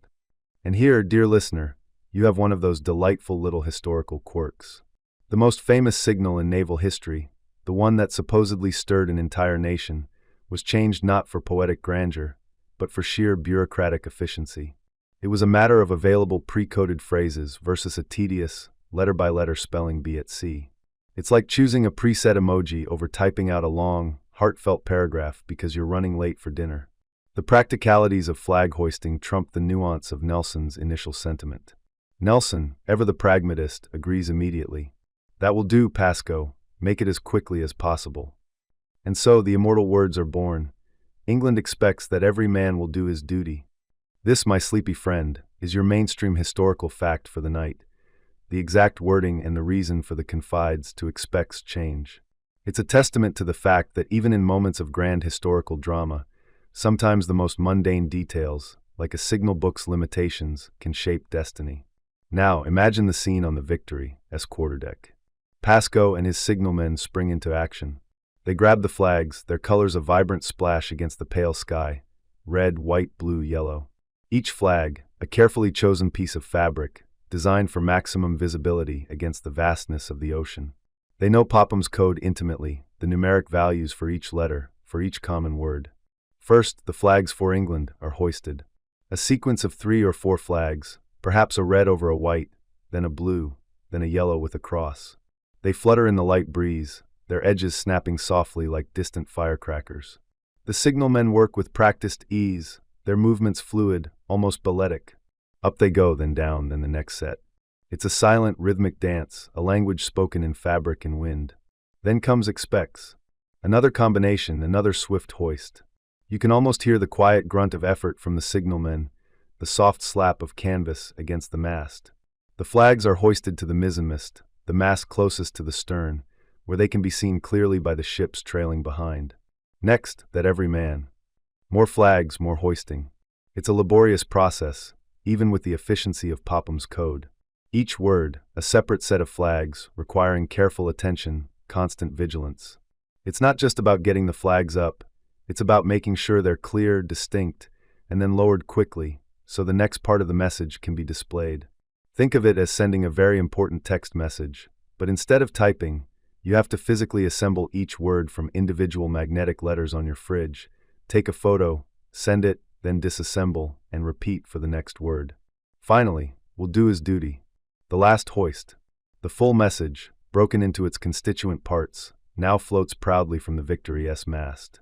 It's a sight to behold, a cascade of color against the pale sky, a silent pronouncement of national will. You watch it unfurl, a beautiful, abstract painting that holds immense meaning. As these flags rise, a ripple goes through the fleet. On ship after ship, telescopes are raised, signal officers scramble to interpret the message, their own signalmen preparing to repeat it down the line, ensuring every vessel, from the smallest brig to the largest ship of the line, understands. There's a quiet murmur of recognition, then a surge, a palpable shift in the atmosphere. The exact impact of this signal is something historians still argue, whether it significantly changed the outcome of the battle, or if it was more of a morale booster. Some scholars suggest that Nelson's pre-battle orders were so clear, and his men so devoted, that the signal was more symbolic than truly instrumental. Others contend that it provided that final, emotional push, a rallying cry that solidified resolve in the face of daunting odds. Regardless, the effect on the men was undeniably profound. You can imagine the quiet nods, the determined sets of jaws. A low cheer, almost a growl, rumbles across the water from ship to ship. It's not a loud, boisterous cheer, but a deep, guttural affirmation. A quiet understanding passes between thousands of men. England expects.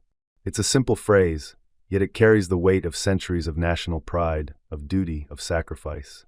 It's a reminder that they are not just fighting for their lives, but for their homes, their families, their very way of life. It's a testament to Nelson's genius, not just as a tactician, but as a leader who understood the human heart. He knew that before the thunder of cannons, before the chaos of battle, a moment of quiet inspiration could be worth 1,000 tactical diagrams. He didn't tell them how to fight, he told them why. And that, my friend, is a far more powerful message. The signal remains flying for a while, a vibrant banner of intent, before Nelson orders it taken down. His next command, perhaps even more indicative of his direct style, is said to have been, "I have no more signals to make. I wish to say, engage the enemy more closely." Now that's a signal that cuts straight to the chase, isn't it? No need for fancy flags, just a clear, unequivocal instruction. It's like when your boss says, "Just get it done," after a long meeting about deliverables. Pure, unadulterated efficiency. And so, as the flags are lowered, the silent, colorful language gives way to the roar of broadsides, the crackle of musketry, and the groans of splintering wood. But the message, England expects that every man will do his duty, has already done its work. It has embedded itself in the hearts and minds of the fleet, a quiet promise whispered across the waves, a promise that will be kept through hours of brutal, relentless combat.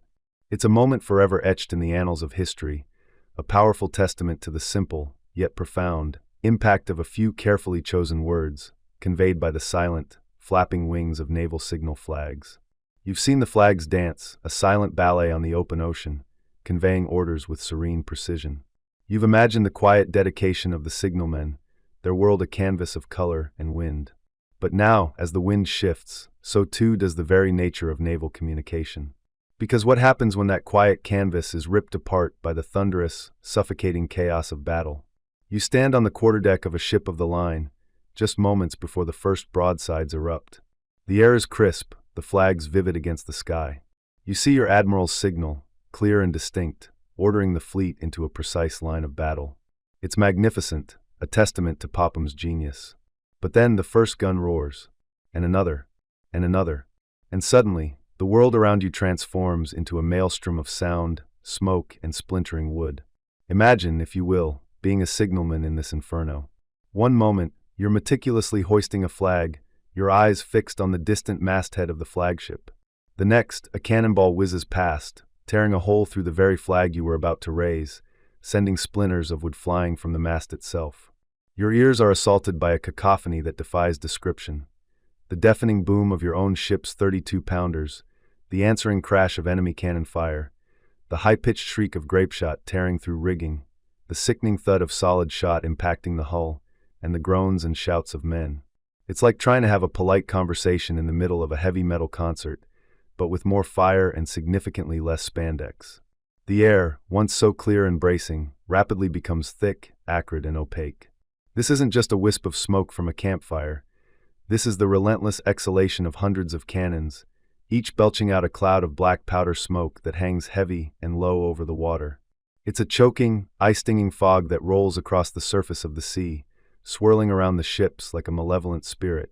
You squint, trying to pierce through the gloom, but it's like trying to read a book while someone's constantly blowing cigar smoke directly into your face. Multiply that by 100, and you're getting close to the visibility conditions during a major naval engagement. This isn't Hollywood smoke that conveniently dissipates for the hero shots. This is dense, clinging, carbon-filled vapor that obscures everything. A ship that was clearly visible moments ago can vanish entirely behind a wall of smoke, only to reappear as a shadowy silhouette, spitting fire. How do you signal in that? How do you even see the tiny, colorful squares of fabric when the entire world has turned shades of gray and black? And it's not just the smoke. The constant concussion of the guns causes the very ship beneath your feet to vibrate and shudder. You're trying to focus your spyglass, but the vibrations make it impossible to hold steady. Your eyes water, your head pounds. Every muscle is tensed, anticipating the next impact. This isn't a job for the faint of heart, nor for anyone prone to seasickness, given the way the ship bucks and rolls under the impact of incoming fire and its own recoil. Then there's the physical damage. Masts, which serve as the very pillars of communication, are prime targets. A well-aimed shot can shatter a topmast, sending yards and rigging crashing down onto the deck below, taking with them any signal halyards, the ropes used to hoist the flags, and potentially the signalmen themselves. Imagine trying to send an urgent message when your flagpole has just been replaced by a pile of kindling. It's a bit like trying to send an important email when your Wi-Fi router has just been turned into modern art by a rogue baseball bat. Even if the masts stand, the flags themselves are incredibly vulnerable. Canvas and fabric are no match for cannonballs or grape shot. A single volley could shred an entire set of flags, turning a precisely coded message into a tattered, meaningless rag. Naval ships often carried multiple sets of flags, anticipating this very problem, but retrieving and hoisting a new set under fire was a frantic, dangerous endeavor. It was a constant race against time and destruction, a game of whack-a-mole where the moles were essential pieces of communication equipment. The human cost, too, was immense. Signalmen, often positioned high up on the rigging or on the exposed quarterdeck, were in extremely dangerous positions. Their job required them to be visible, to see and be seen, which also made them prime targets for enemy sharpshooters or random shrapnel. A signal officer, coolly observing the battle through his spyglass, might suddenly fall, leaving his crew to improvise or wait for a replacement in the midst of the chaos. The loss of even one skilled individual could cripple a ship's ability to communicate, isolating it from the rest of the fleet. So, how did admirals even attempt to manage their forces in such an environment? The truth is, once the fleets were fully engaged, direct, nuanced communication via flag signals became incredibly difficult, if not outright impossible. The meticulous dance of pre-battle maneuvering, where Popham's code shone brightest, often devolved into a brutish slugfest where captains relied on prearranged battle plans and their own initiative. This is where the concept of the Nelsonian touch often comes into play. While Nelson was a master of pre-battle planning and signaling, he also understood that once the guns started roaring, the best plans could go awry, and precise orders would be almost impossible to transmit. His strategy often involved issuing clear, general objectives before the battle, trusting his captains to use their judgment and courage to achieve those goals in the midst of the fray. It was less about micromanaging every turn and more about saying, "Here's the mission, lads, now go forth and smash 'em, and you know what to do." Still, attempts were made. Urgent signals like disengage or fire at the enemy's rigging might be attempted, often repeated by smaller, faster ships, frigates or sloops, positioned as repeaters between the flagship and the rest of the fleet. These repeaters, though smaller, still faced the same dangers of smoke and shot, making their role incredibly perilous. They were the human equivalent of Wi-Fi extenders, except if the Wi-Fi extender could get blown up at any moment. A quirky tidbit often overlooked is the psychological impact of the smoke itself. Beyond obscuring vision, the sheer density and smell of the gunpowder fumes would disorient and exhaust the men. Imagine spending hours breathing that acrid air, trying to make sense of fleeting shapes through the haze. Some flag colors, like yellow, might have stood out slightly better than others against the dark smoke, but even that advantage was marginal in the swirling blackness. It was a desperate gamble to get a message through, hoping that a momentary gust of wind would clear the smoke just long enough for a glimpse of the signal. Historians still debate the extent to which explicit flag signals, rather than pre-battle plans and a Nelsonian touch, truly directed fleet maneuvers once the guns began to roar. Was it truly a system of real-time command, or did it quickly become a system of last-ditch attempts and hopeful prayers? The consensus leans towards the latter for the peak of an engagement. The complexity of Popham's code, so brilliant in theory, was often overwhelmed by the brutal realities of combat. The mainstream historical fact here is that while flag signals were paramount for approaching battle and for general strategic communication, their utility for detailed, real-time tactical command during the thick of a major naval engagement was severely limited by the physical realities of cannon smoke, noise, and destruction.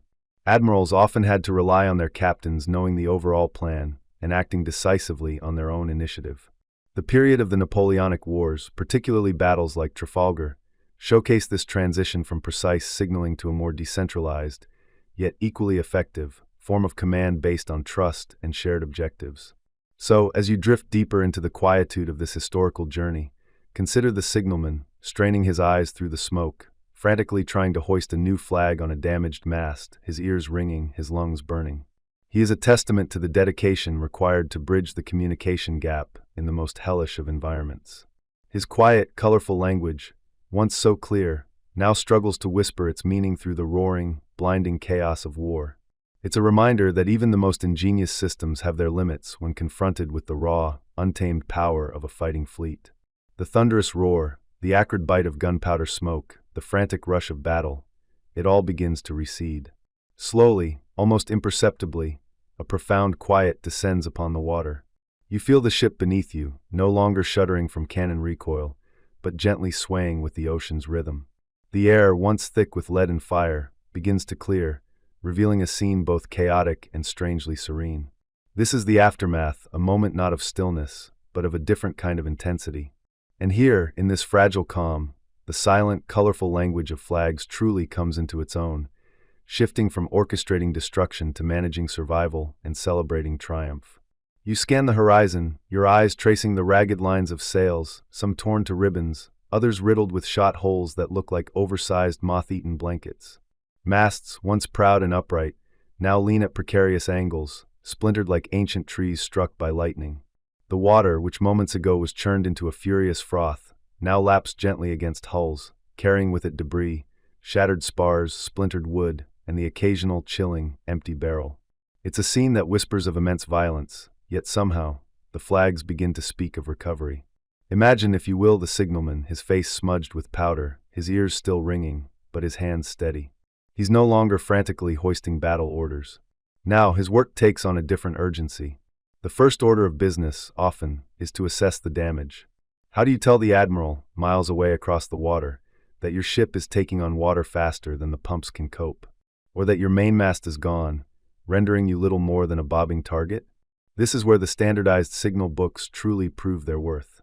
You wouldn't just hoist a random red flag and hope for the best, like trying to communicate a complex medical emergency by just waving your hands. Oh no, that would be far too unstructured. Instead, specific flag combinations, often using the numeric system Popham so brilliantly devised, would represent precise messages.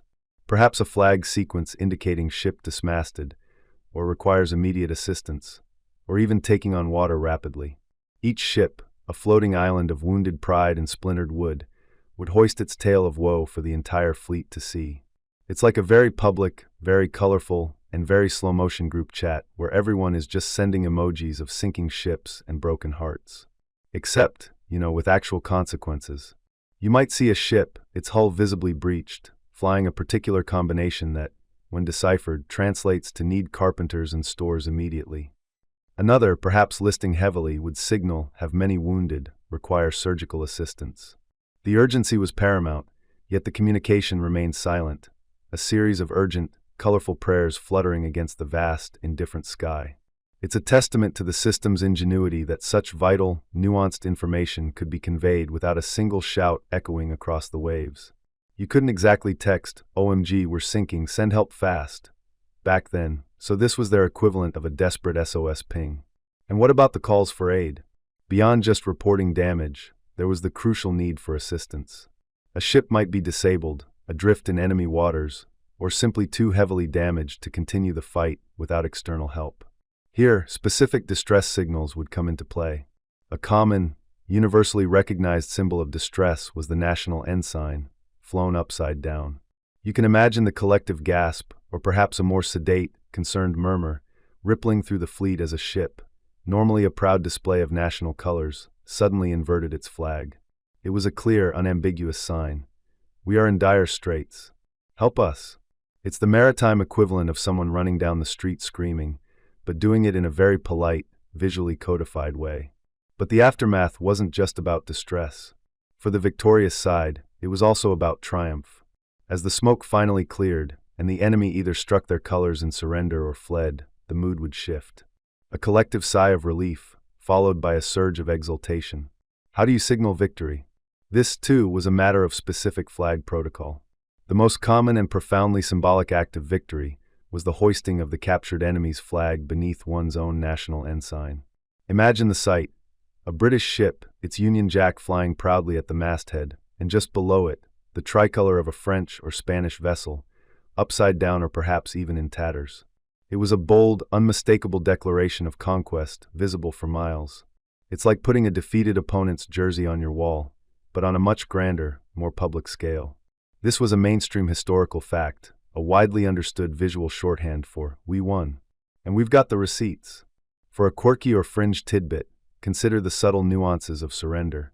While striking one's colors was the ultimate sign of capitulation, sometimes a ship might signal its intent to surrender by hoisting a white flag. But even this wasn't always straightforward. Historians still argue whether the mere hoisting of a white flag always guaranteed immediate cessation of fire, or if it was sometimes seen as a ruse, especially in the chaos of a protracted engagement. It's like a very high-stakes game of charades where the stakes are, well, everything. Some captains might have been a bit too eager to interpret a white flag as a temporary pause for breath rather than a genuine surrender. You can almost hear the internal monologue. Is that a white flag? Or just someone's laundry? Better keep firing just in case. Once the immediate danger subsided and the status of each ship was assessed, the fleet would begin the slow, arduous process of consolidation. Flags would be used to signal rendezvous points, to order damaged ships to fall into line for protection, or to direct prize crews to board captured vessels. The admiral, from his flagship, would be receiving a constant stream of silent reports, building a mental map of the fleet's condition, much like a modern general receiving real-time drone footage and satellite intel, but with significantly more flapping fabric. And then, the most anticipated signal of all, the message of victory sent back to shore. This was often a high-priority dispatch, carried by the fastest available frigate or cutter, its journey a race against time. The signal flags would have conveyed the core message of success, perhaps a general enemy defeated, or fleet victorious. But the true details, the casualty lists, the names of captured ships, the strategy employed, those would have to wait for the written dispatches, carefully penned on paper, secured in a watertight cask, and entrusted to the care of a trusted officer. The flags were the headline. The written dispatch was the full newspaper article. Imagine the scene at the Admiralty in London, or the naval base at Brest. The lookout, constantly scanning the horizon, spots a distant sail. As it draws closer, the familiar national ensign becomes visible, and then, perhaps, a specific flag hoist known to signify important news or victory. A ripple of excitement would spread. Word would run through the streets, the anticipation building until the ship finally dropped anchor and the precious dispatches were rushed ashore. The flags had done their job, carrying the silent, colorful promise of good news across the vast, indifferent ocean.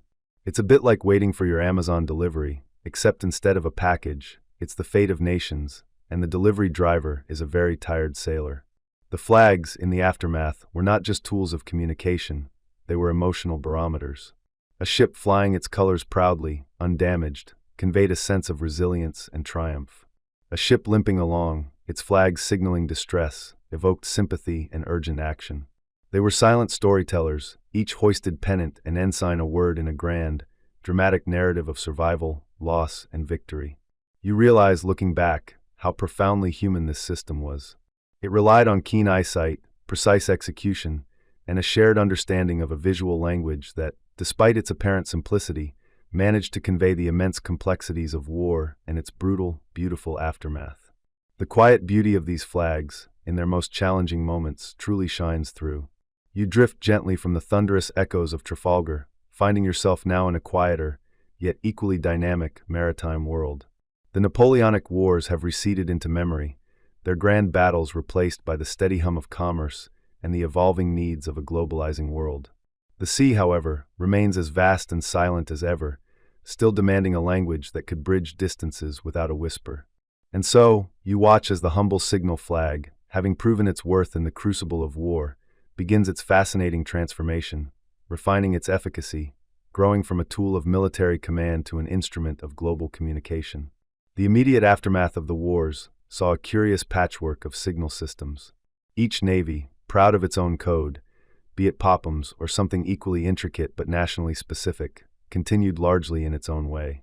It was a bit like the early days of the internet, where everyone had their own proprietary software, and compatibility was more a dream than a reality. You can almost hear the exasperated sighs of captains trying to communicate with an allied vessel using a different system. Are they asking for aid or just complimenting my hat? You might imagine one officer muttering, squinting at a perplexing array of colors. The need for a more universal tongue became increasingly apparent as trade routes expanded and ships from different nations found themselves sharing the same waters with growing frequency. This burgeoning need for a lingua franca of the waves led to one of the most significant advancements in maritime communication, the development of the Commercial Code of Signals, largely championed by Captain Frederick Marryat. Yes, the very same Marryat who would later become a renowned novelist, penning tales of high seas adventure. He was first and foremost a practical man of the sea, and he saw the chaotic babble of signals as a problem begging for a solution. In 1817, he published his initial code, a system so ingenious and user-friendly that it quickly gained widespread adoption, not just among merchant vessels, but also influencing naval codes across the globe. This is your mainstream historical fact, a testament to one man's quiet revolution. You see Marryat's brilliance in its simplicity. Instead of assigning a unique flag to every single word or phrase, which would require an impossible number of flags and an even more impossible memory, he utilized a numerical system. Imagine a set of 10 distinct flags, each representing a digit from 0 to 9. By combining these flags, you could create any number. Then, an accompanying signal book would list thousands of common words, phrases, and questions, each assigned a specific number. Hoist the flags for 247, and anyone with a Marryat codebook could instantly look up, "Do you require assistance?" It was elegant, efficient, and surprisingly comprehensive. To handle repetition, like a number like 227, Marryat introduced clever repeater flags, allowing a single set of digit flags to be used multiple times in one hoist. It was like inventing copy-paste for flags, saving precious canvas and even more precious time. The adoption of Marryat's code was a game-changer for merchant shipping. Suddenly, a British clipper could communicate with a French brig or an American whaler, facilitating trade, coordinating rendezvous, and, crucially, offering help in times of distress. It was the maritime equivalent of everyone finally agreeing to use the same alphabet for texting, rather than inventing their own hieroglyphs. Navies, while largely retaining their more complex and often secret internal codes for tactical maneuvers, recognized the immense value of this universal system for interfleet communication and for interacting with civilian vessels. They often carried a copy of Marryat's codebook alongside their own classified naval signals. As the 19th century progressed, the maritime world continued to accelerate. Steamships began to share the waves with sailing vessels, ironclads replaced wooden walls, and global trade routes stretched further than ever before. These technological shifts put new pressures on flag communication. Faster ships meant less time for complex hoists. Larger fleets and more intricate maneuvers required an even broader vocabulary of signals. You might imagine a signal officer on a new ironclad looking up at the smoke-belching funnels and thinking, "Well, that's just great for visibility, isn't it?" The signal books themselves grew in size and sophistication. They became less about individual admirals' preferences and more about standardized, national systems. You might find flags dedicated specifically to maneuvering in squadrons, to indicating engine trouble, or even to reporting the latest stock prices if you were on a merchant vessel. The range of messages expanded exponentially, moving beyond simple commands to encompass detailed reports, weather forecasts, and even social niceties. It was like upgrading from sending basic yes/no messages to being able to write entire emails, all with the silent flutter of fabric. One of the quirky tidbits from this era of evolution concerns the flags themselves. While the colors of red, white, blue, and yellow remained dominant due to their visibility against the sky and sea, there was constant experimentation with patterns and contrasts. Think about it. A flag needs to be seen clearly from miles away, in bright sunlight, in overcast conditions, and even at dusk. Making sure a red flag didn't blend into a setting sun, or a white flag didn't disappear into a misty horizon, was a constant challenge.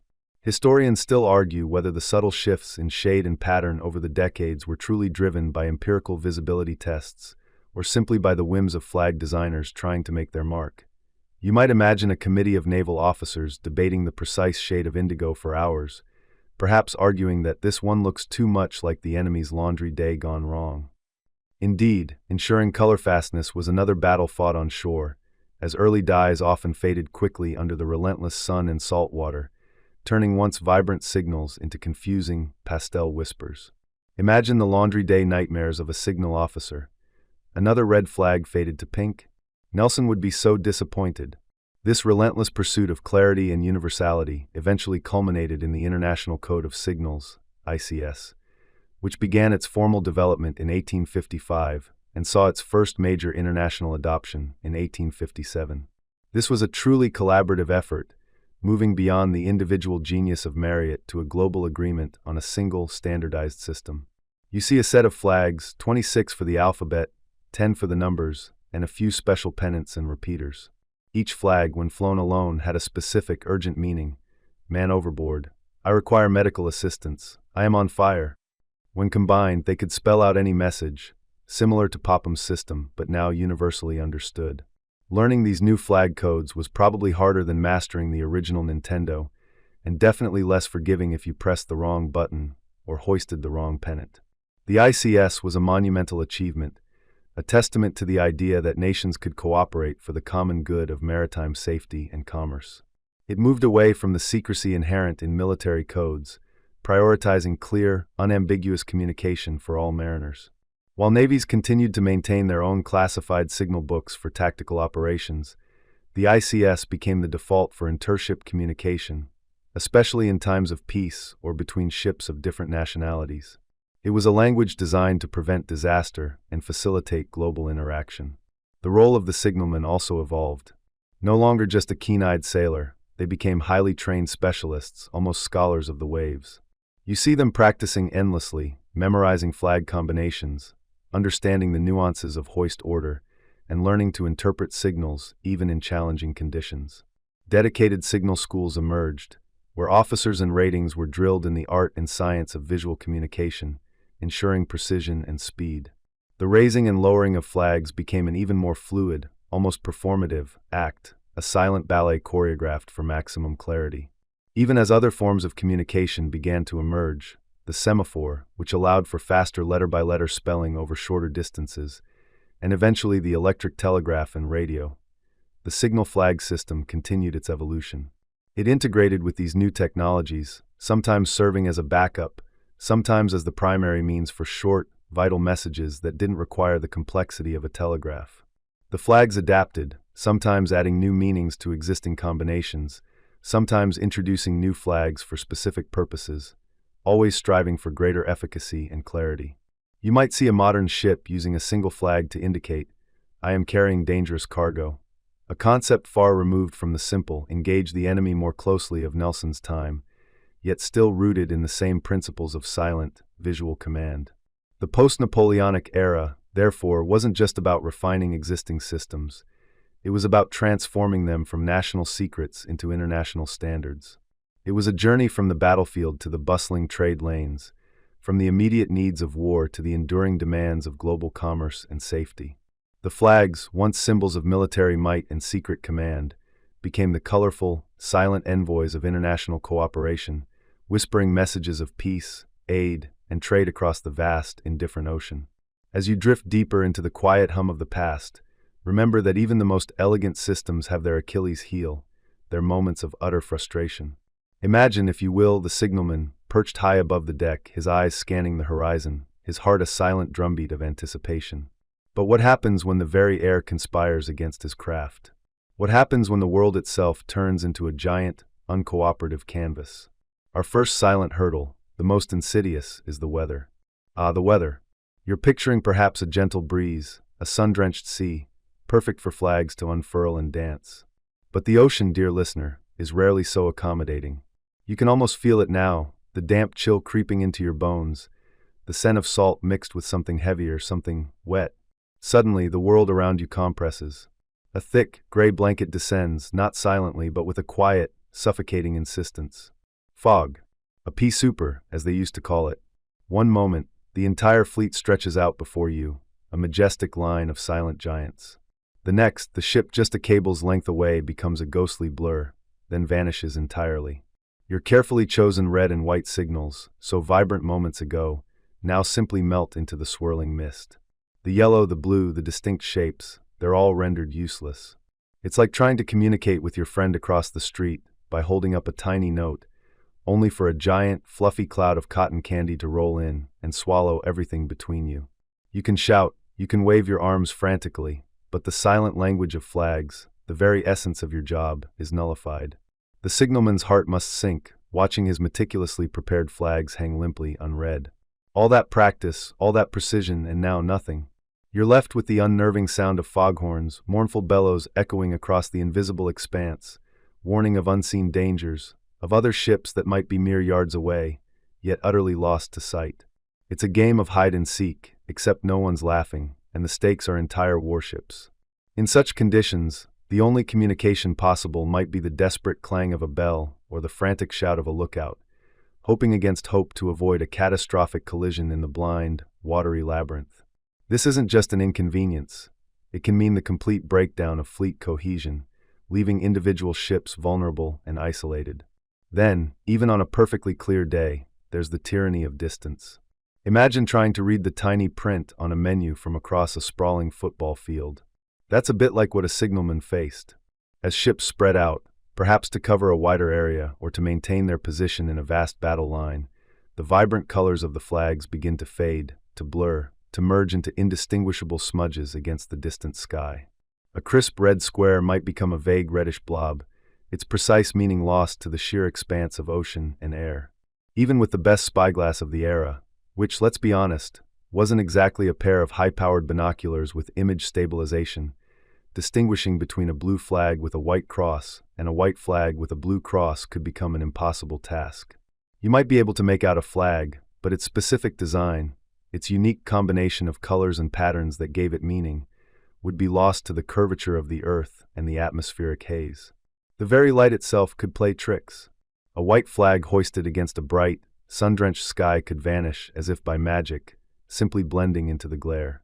Conversely, a red flag, so bold and clear close-up, might shimmer and distort in the heat haze over long distances, or appear dark and indistinct as the sun dipped towards the horizon. This is a quirky tidbit you might not immediately consider.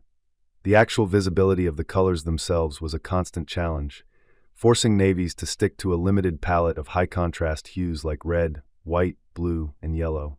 Even with these, the signalman was often squinting, straining, second-guessing what he saw. Historians still argue whether the effective maximum range for reliable flag communication was truly practical for large fleet maneuvers, especially given varying light conditions. Was it truly possible to coordinate hundreds of ships across miles of ocean with perfect clarity? Probably not without a great deal of repetition and confirmation signals. This brings us to the most delicate and potentially dangerous hurdle of all: enemy interception and deception. While the silent language of flags was a marvel for coordinating your own fleet, it was, by its very nature, an open book to anyone with a spyglass and a keen eye. Imagine standing on your quarterdeck, watching a distant enemy frigate. You see their flags go up, one after another, a rapid-fire sequence. You know they're communicating, but what are they saying? Are they calling for reinforcements? Signaling a change in strategy? Or are they just ordering a particularly spicy curry for dinner? Though, let's be honest, given the rations of the time, that would be a signal worth deciphering. The stakes were incredibly high. If an enemy ship, or a sharp-eyed observer on shore, could decipher your flag signals, they gained an immediate, invaluable advantage. They would know your intentions, your weaknesses, your battle plans before you even executed them. It was a constant game of cat and mouse, a silent, intellectual battle waged parallel to the roar of cannons. Mainstream historical fact tells us that the British Admiralty, acutely aware of this vulnerability, constantly updated its signal books. Popham's code, revolutionary as it was, went through multiple editions, new signals added, old ones changed, all in an attempt to stay one step ahead of enemy codebreakers. A captured signal book was a prize almost as valuable as a captured ship, giving the enemy a complete Rosetta Stone to your fleet's silent language. This constant threat led to stringent security measures. The precious signal books, often bound with heavy lead weights, were kept under lock and key, almost always in the captain's cabin or with a trusted officer. The order was clear. If capture was imminent, the signal book was to be immediately thrown overboard, sent to the crushing depths rather than fall into enemy hands. Imagine the tension, the split-second decision-making. Do you risk holding on to it a moment longer, hoping for rescue, or do you condemn it to the deep? And what about deception? Could you, as a cunning admiral, use the enemy's knowledge against them? Could you hoist a series of flags designed to mislead, to send a false message about your intentions, to bluff your way out of a tight spot? Perhaps. But it was a risky game. If your own ships misread the deceptive signal, or if the enemy saw through your ruse, the consequences could be disastrous. It was a bit like playing a high-stakes game of charades, where the other team is trying to guess your word, but also trying to trick their own teammates into guessing the wrong word, all while a third, unseen team is trying to steal your props. Confusing, isn't it? The sheer complexity of maintaining secure, clear communication, while simultaneously trying to understand and potentially deceive an enemy was a constant, mind-bending challenge for the signal officers and their commanders. They were not just hoisting flags, they were navigating a treacherous landscape of visibility, distance, and intellectual warfare, all in the service of silent, vital commands. You've drifted through the silent, colorful world of naval signal flags, witnessing their ingenious simplicity and their profound impact on the grand stage of the Napoleonic Wars. But now, as the gentle currents of history carry us forward, you begin to perceive the lasting ripples these humble pieces of cloth cast upon the very future of communication at sea. You see, the legacy of naval flag codes isn't just about quaint historical footnotes. It's about the foundational principles they laid, the silent lessons they taught, and how they quietly, almost imperceptibly, paved the way for the complex, instantaneous communication methods we take for granted today. Imagine, if you will, the naval strategists of the early 19th century. They had, through trial and error, through brilliant minds like Popham's, finally cracked the code of coordinating vast fleets without a single shout or a rogue cannon shot. They had established a system where a specific visual symbol, a flag or a combination of flags, represented a precise meaning. This wasn't just about hoisting a pretty banner, it was about the codification of information. They learned to compress complex ideas, engage the enemy more closely, prepared attack, the admiral wants a biscuit, into a universally understood visual language. This fundamental concept, that abstract symbols could represent concrete commands or detailed information, was the bedrock upon which all subsequent communication technologies would be built. Consider the leap from flags to the next big thing, the semaphore. You might picture those tall, skeletal arms on shore stations or ship masts, waggling about like an enthusiastic but slightly uncoordinated dancer. The semaphore, which gained prominence in the decades following the Napoleonic Wars, was, in essence, a direct evolution of the flag system. Instead of different colored cloths, you had different positions of mechanical arms. It was faster, certainly, for short, clear messages, especially on land. You were still relying on line of sight, of course, and a thick fog or a moonless night would render your enthusiastic dancer utterly useless. But the principle remained, a codified system of visual signals, each representing a letter, a number, or a prearranged phrase. It was like upgrading from a flip phone to an early smartphone, still limited, but a clear step forward in speed and efficiency, albeit still visual. Then the world began to hum with a new kind of magic, electricity. The invention of the electric telegraph in the mid-19th century, with its dots and dashes of Morse code, might seem light years away from a fluttering flag. But pause for a moment and consider the underlying mechanism. What was Morse code if not a brilliant new way to encode letters and numbers into a series of distinct, short and long electrical pulses? It was the same intellectual leap that Popham made with his flag numbers, assigning a unique, abstract symbol, be it a flag combination or a series of electrical clicks, to a piece of information. The telegraph simply allowed that information to travel at the speed of light, across vast distances, unhindered by weather or the curvature of the earth. Imagine trying to get your Wi-Fi password across the fleet with a few strips of cloth. Suddenly, those electrical clicks seem remarkably sophisticated. This revolutionary shift from visual to electrical communication didn't happen overnight, mind you. There was a period of overlap, a sort of technological limbo where flags still held sway for many routine operations, while the newfangled electric telegraph was cautiously adopted for strategic, long-distance messages. The navies, ever practical, didn't just toss their signal books overboard the moment a telegraph key appeared. They slowly integrated the new, adapting their existing hierarchical communication structures to accommodate the speed and reach of electricity. Poor signalmen, for a time, found their job descriptions expanding from hoist flags with gusto to also learn to tap out cryptic messages on a noisy contraption. The true game changer, the technology that truly began to nudge flags into a more ceremonial or backup role, was wireless telegraphy, what we now simply call radio. This mainstream historical fact, the advent of radio communication in the late 19th and early 20th centuries, meant that ships could communicate without any physical connection, without any line of sight. They could talk to each other through the very air itself, across oceans, through storms, and even most crucially for warfare, through the thickest battle smoke. From a colorful ballet of flags, naval communication transformed into a series of enthusiastic beeps and static-laden voices. The concept of the signal book, however, remained vital. Now, instead of looking up what flag combination meant, enemy fleet sighted, you'd look up what Morse code sequence or voice command conveyed the same message. The system of codified communication, honed by centuries of flag signaling, was simply given a new, infinitely more powerful medium. And here's a quirky tidbit. Even with the advent of radio, flags never truly vanished. To this day, the International Code of Signals, ICS, maintains a comprehensive system of flag signals. You'll still see ships flying specific flags to indicate their intentions. I am altering course to starboard, I have a pilot on board, or I am on fire and require assistance, hopefully not that last one too often. These aren't just for show, they're a universal, non-verbal language understood by mariners worldwide, providing a crucial backup or a quick, unambiguous visual cue, especially in congested waters. It's a testament to the enduring clarity and simplicity of the flag system that it still holds a place in our hyper-connected world. It's like how we still write letters sometimes, even though email exists, there's just something timeless about it. The challenges overcome by flag communication also informed later developments. The problem of enemy interception, for instance, led to the development of sophisticated codes and ciphers, which became absolutely critical with radio communication.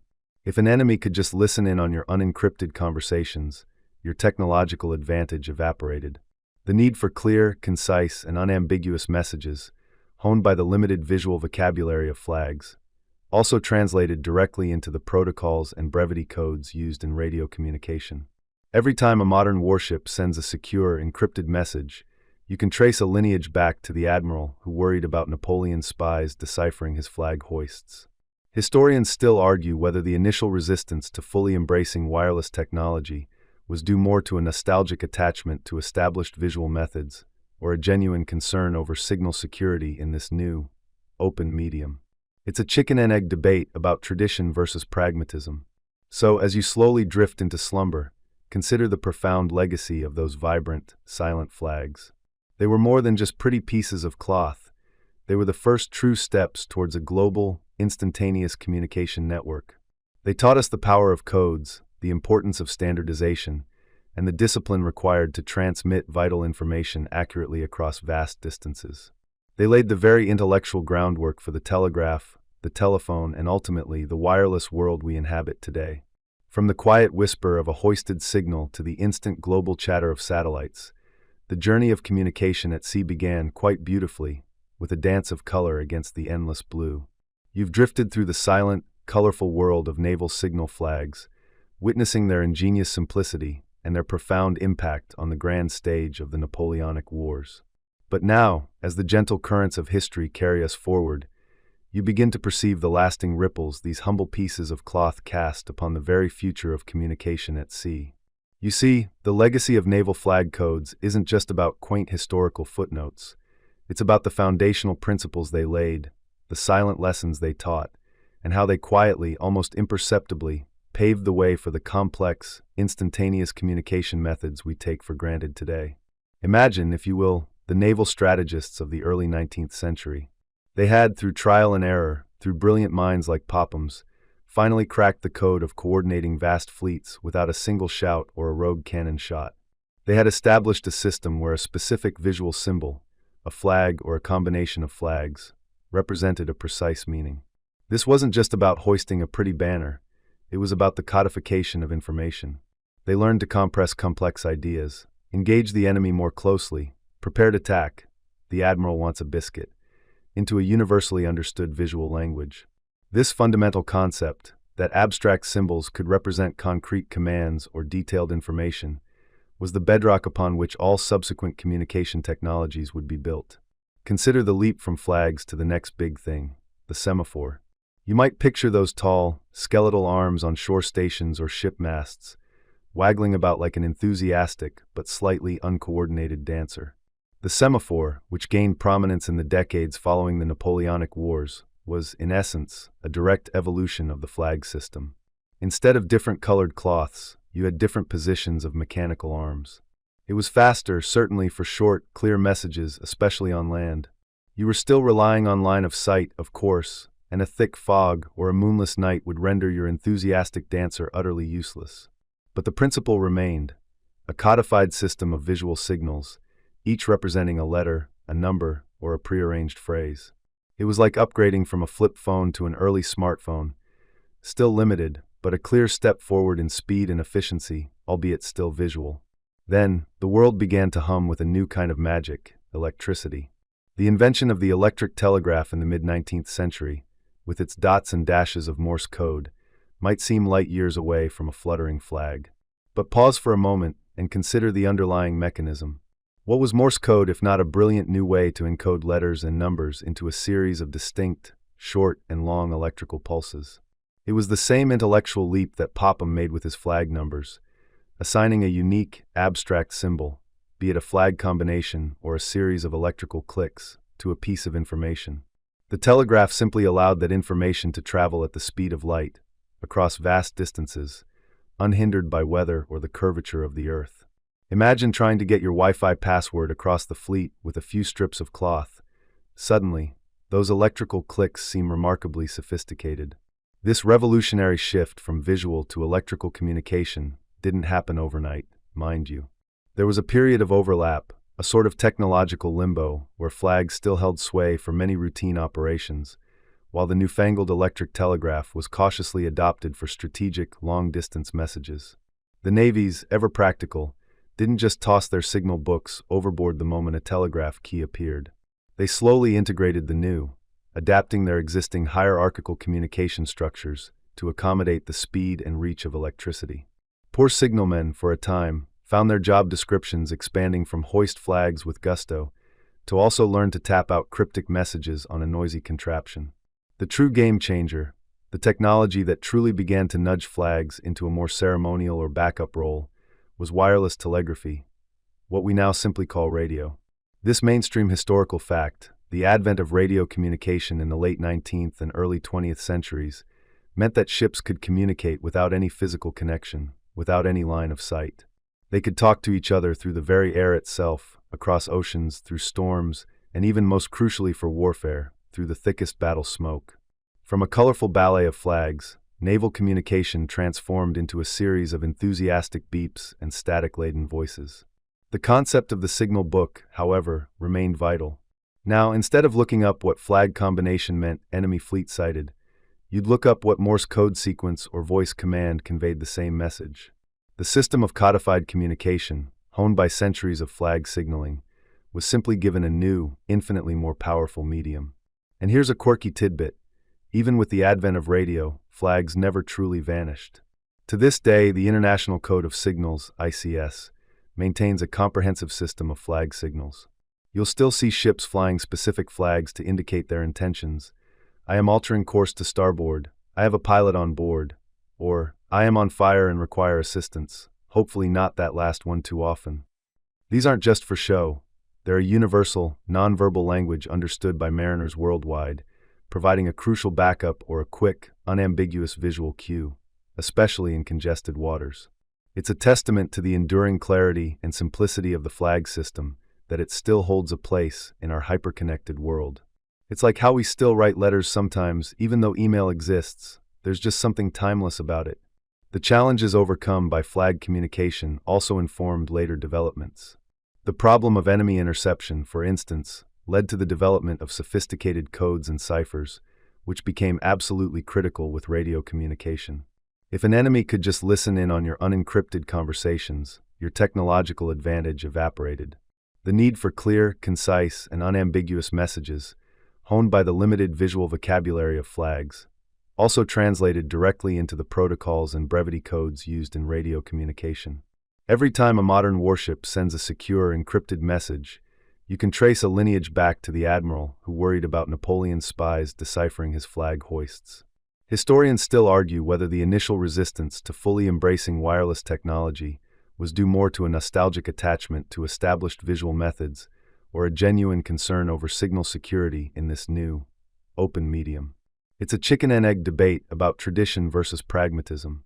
So, as you slowly drift into slumber, consider the profound legacy of those vibrant, silent flags. They were more than just pretty pieces of cloth. They were the first true steps towards a global, instantaneous communication network. They taught us the power of codes, the importance of standardization, and the discipline required to transmit vital information accurately across vast distances.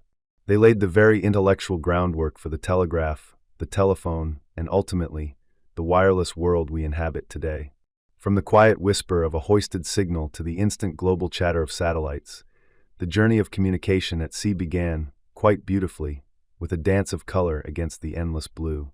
And so, as the vast, silent ocean continues its endless conversation with the shore, and the moon begins its slow ascent, painting silver on the gentle swells, you find yourself adrift in thought, carried on the quiet current of history. We've journeyed through the practical necessity that birthed these vibrant textiles, seen them evolve from rudimentary signals to complex, silent orchestras of command. Now, as the final notes of our historical lullaby begin to play, we pause to truly appreciate the enduring elegance and silent power of naval signal flags, not merely as tools of war, but as a true art form. Imagine, if you will, standing on the deck of a majestic ship of the line, the wind a gentle caress on your face, the salt spray a faint kiss on your lips. Above you, a cascade of color unfurls against the boundless blue, snapping taut in the breeze. It is not just fabric, it is a declaration, a question, an urgent plea, or a triumphant shout, all conveyed without a single spoken word. This is the quiet beauty of flags.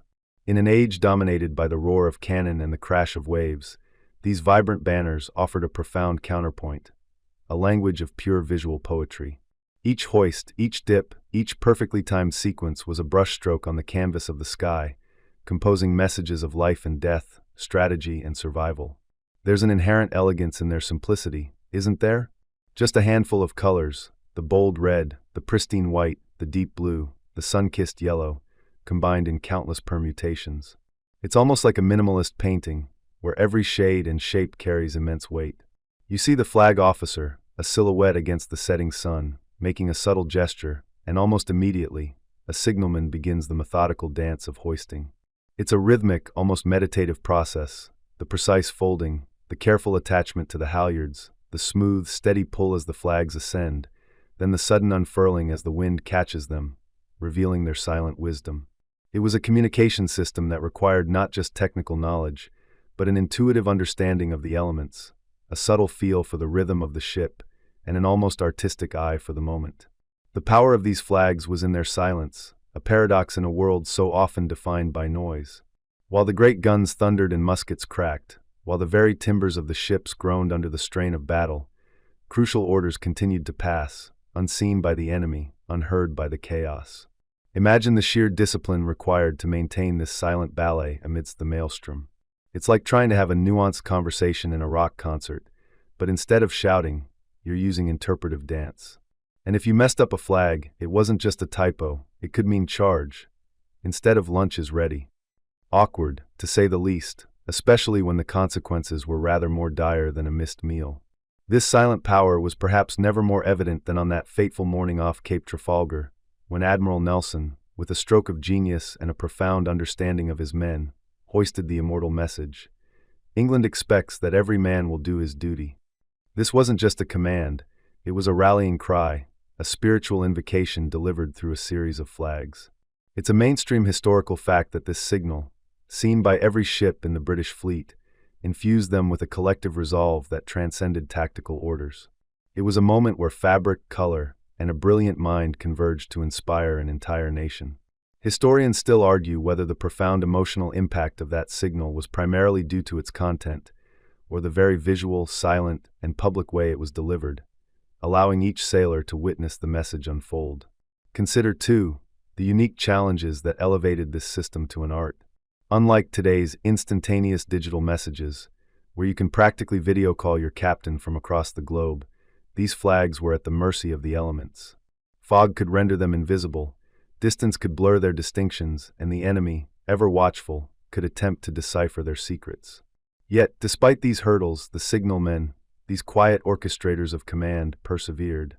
They developed an almost superhuman ability to discern meaning from a flicker of color on the distant horizon, a skill that required not just sharp eyesight, but an almost intuitive grasp of the nuances of light and shadow, wind and wave.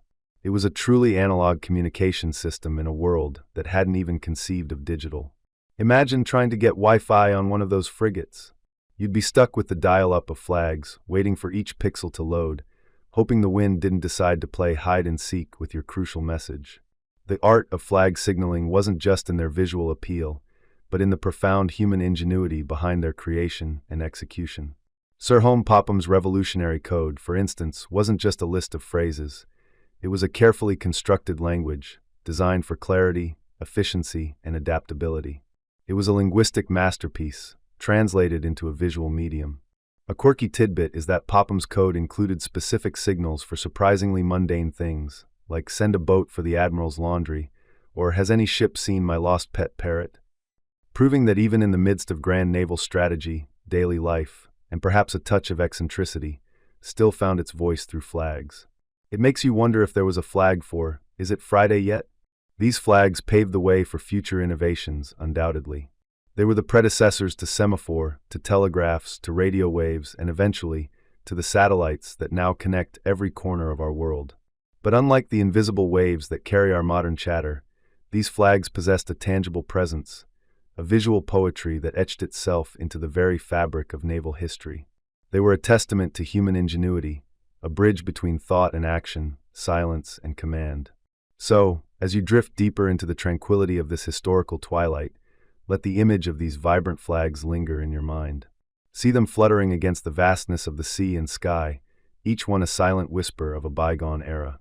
They remind us that even in the most tumultuous of times, beauty can emerge from necessity, and that the simplest forms can convey the most profound messages. They were more than just signals. They were the heartbeats of fleets, the silent voices of admirals, and the enduring emblem of an age when the sea spoke not in shouts, but in a kaleidoscope of color. They truly were, and remain in our imagination, a magnificent, silent art form. Word count, 1394. Now, as the last echoes of our historical journey fade, feel the gentle pull of the tide, carrying you softly towards the shore of slumber. The great ships, their colorful flags furled, now rest silently in the harbor of your mind. The vast ocean, once a stage for silent dramas, now whispers a lullaby, a soothing murmur that invites you to release the day's thoughts, to let them drift away like wisps of sea mist. Feel the warmth of your bed, the softness beneath you, a safe haven from the grand adventures of the past.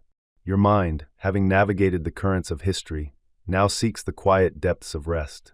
Let your breath deepen, slow, and become a gentle rhythm, mirroring the calm ebb and flow of the ocean at peace. All is well, all is quiet. You are safe, you are warm, and the gentle embrace of sleep is here to welcome you. Just float, let go, and allow yourself to drift. End of script. Sweet dreams.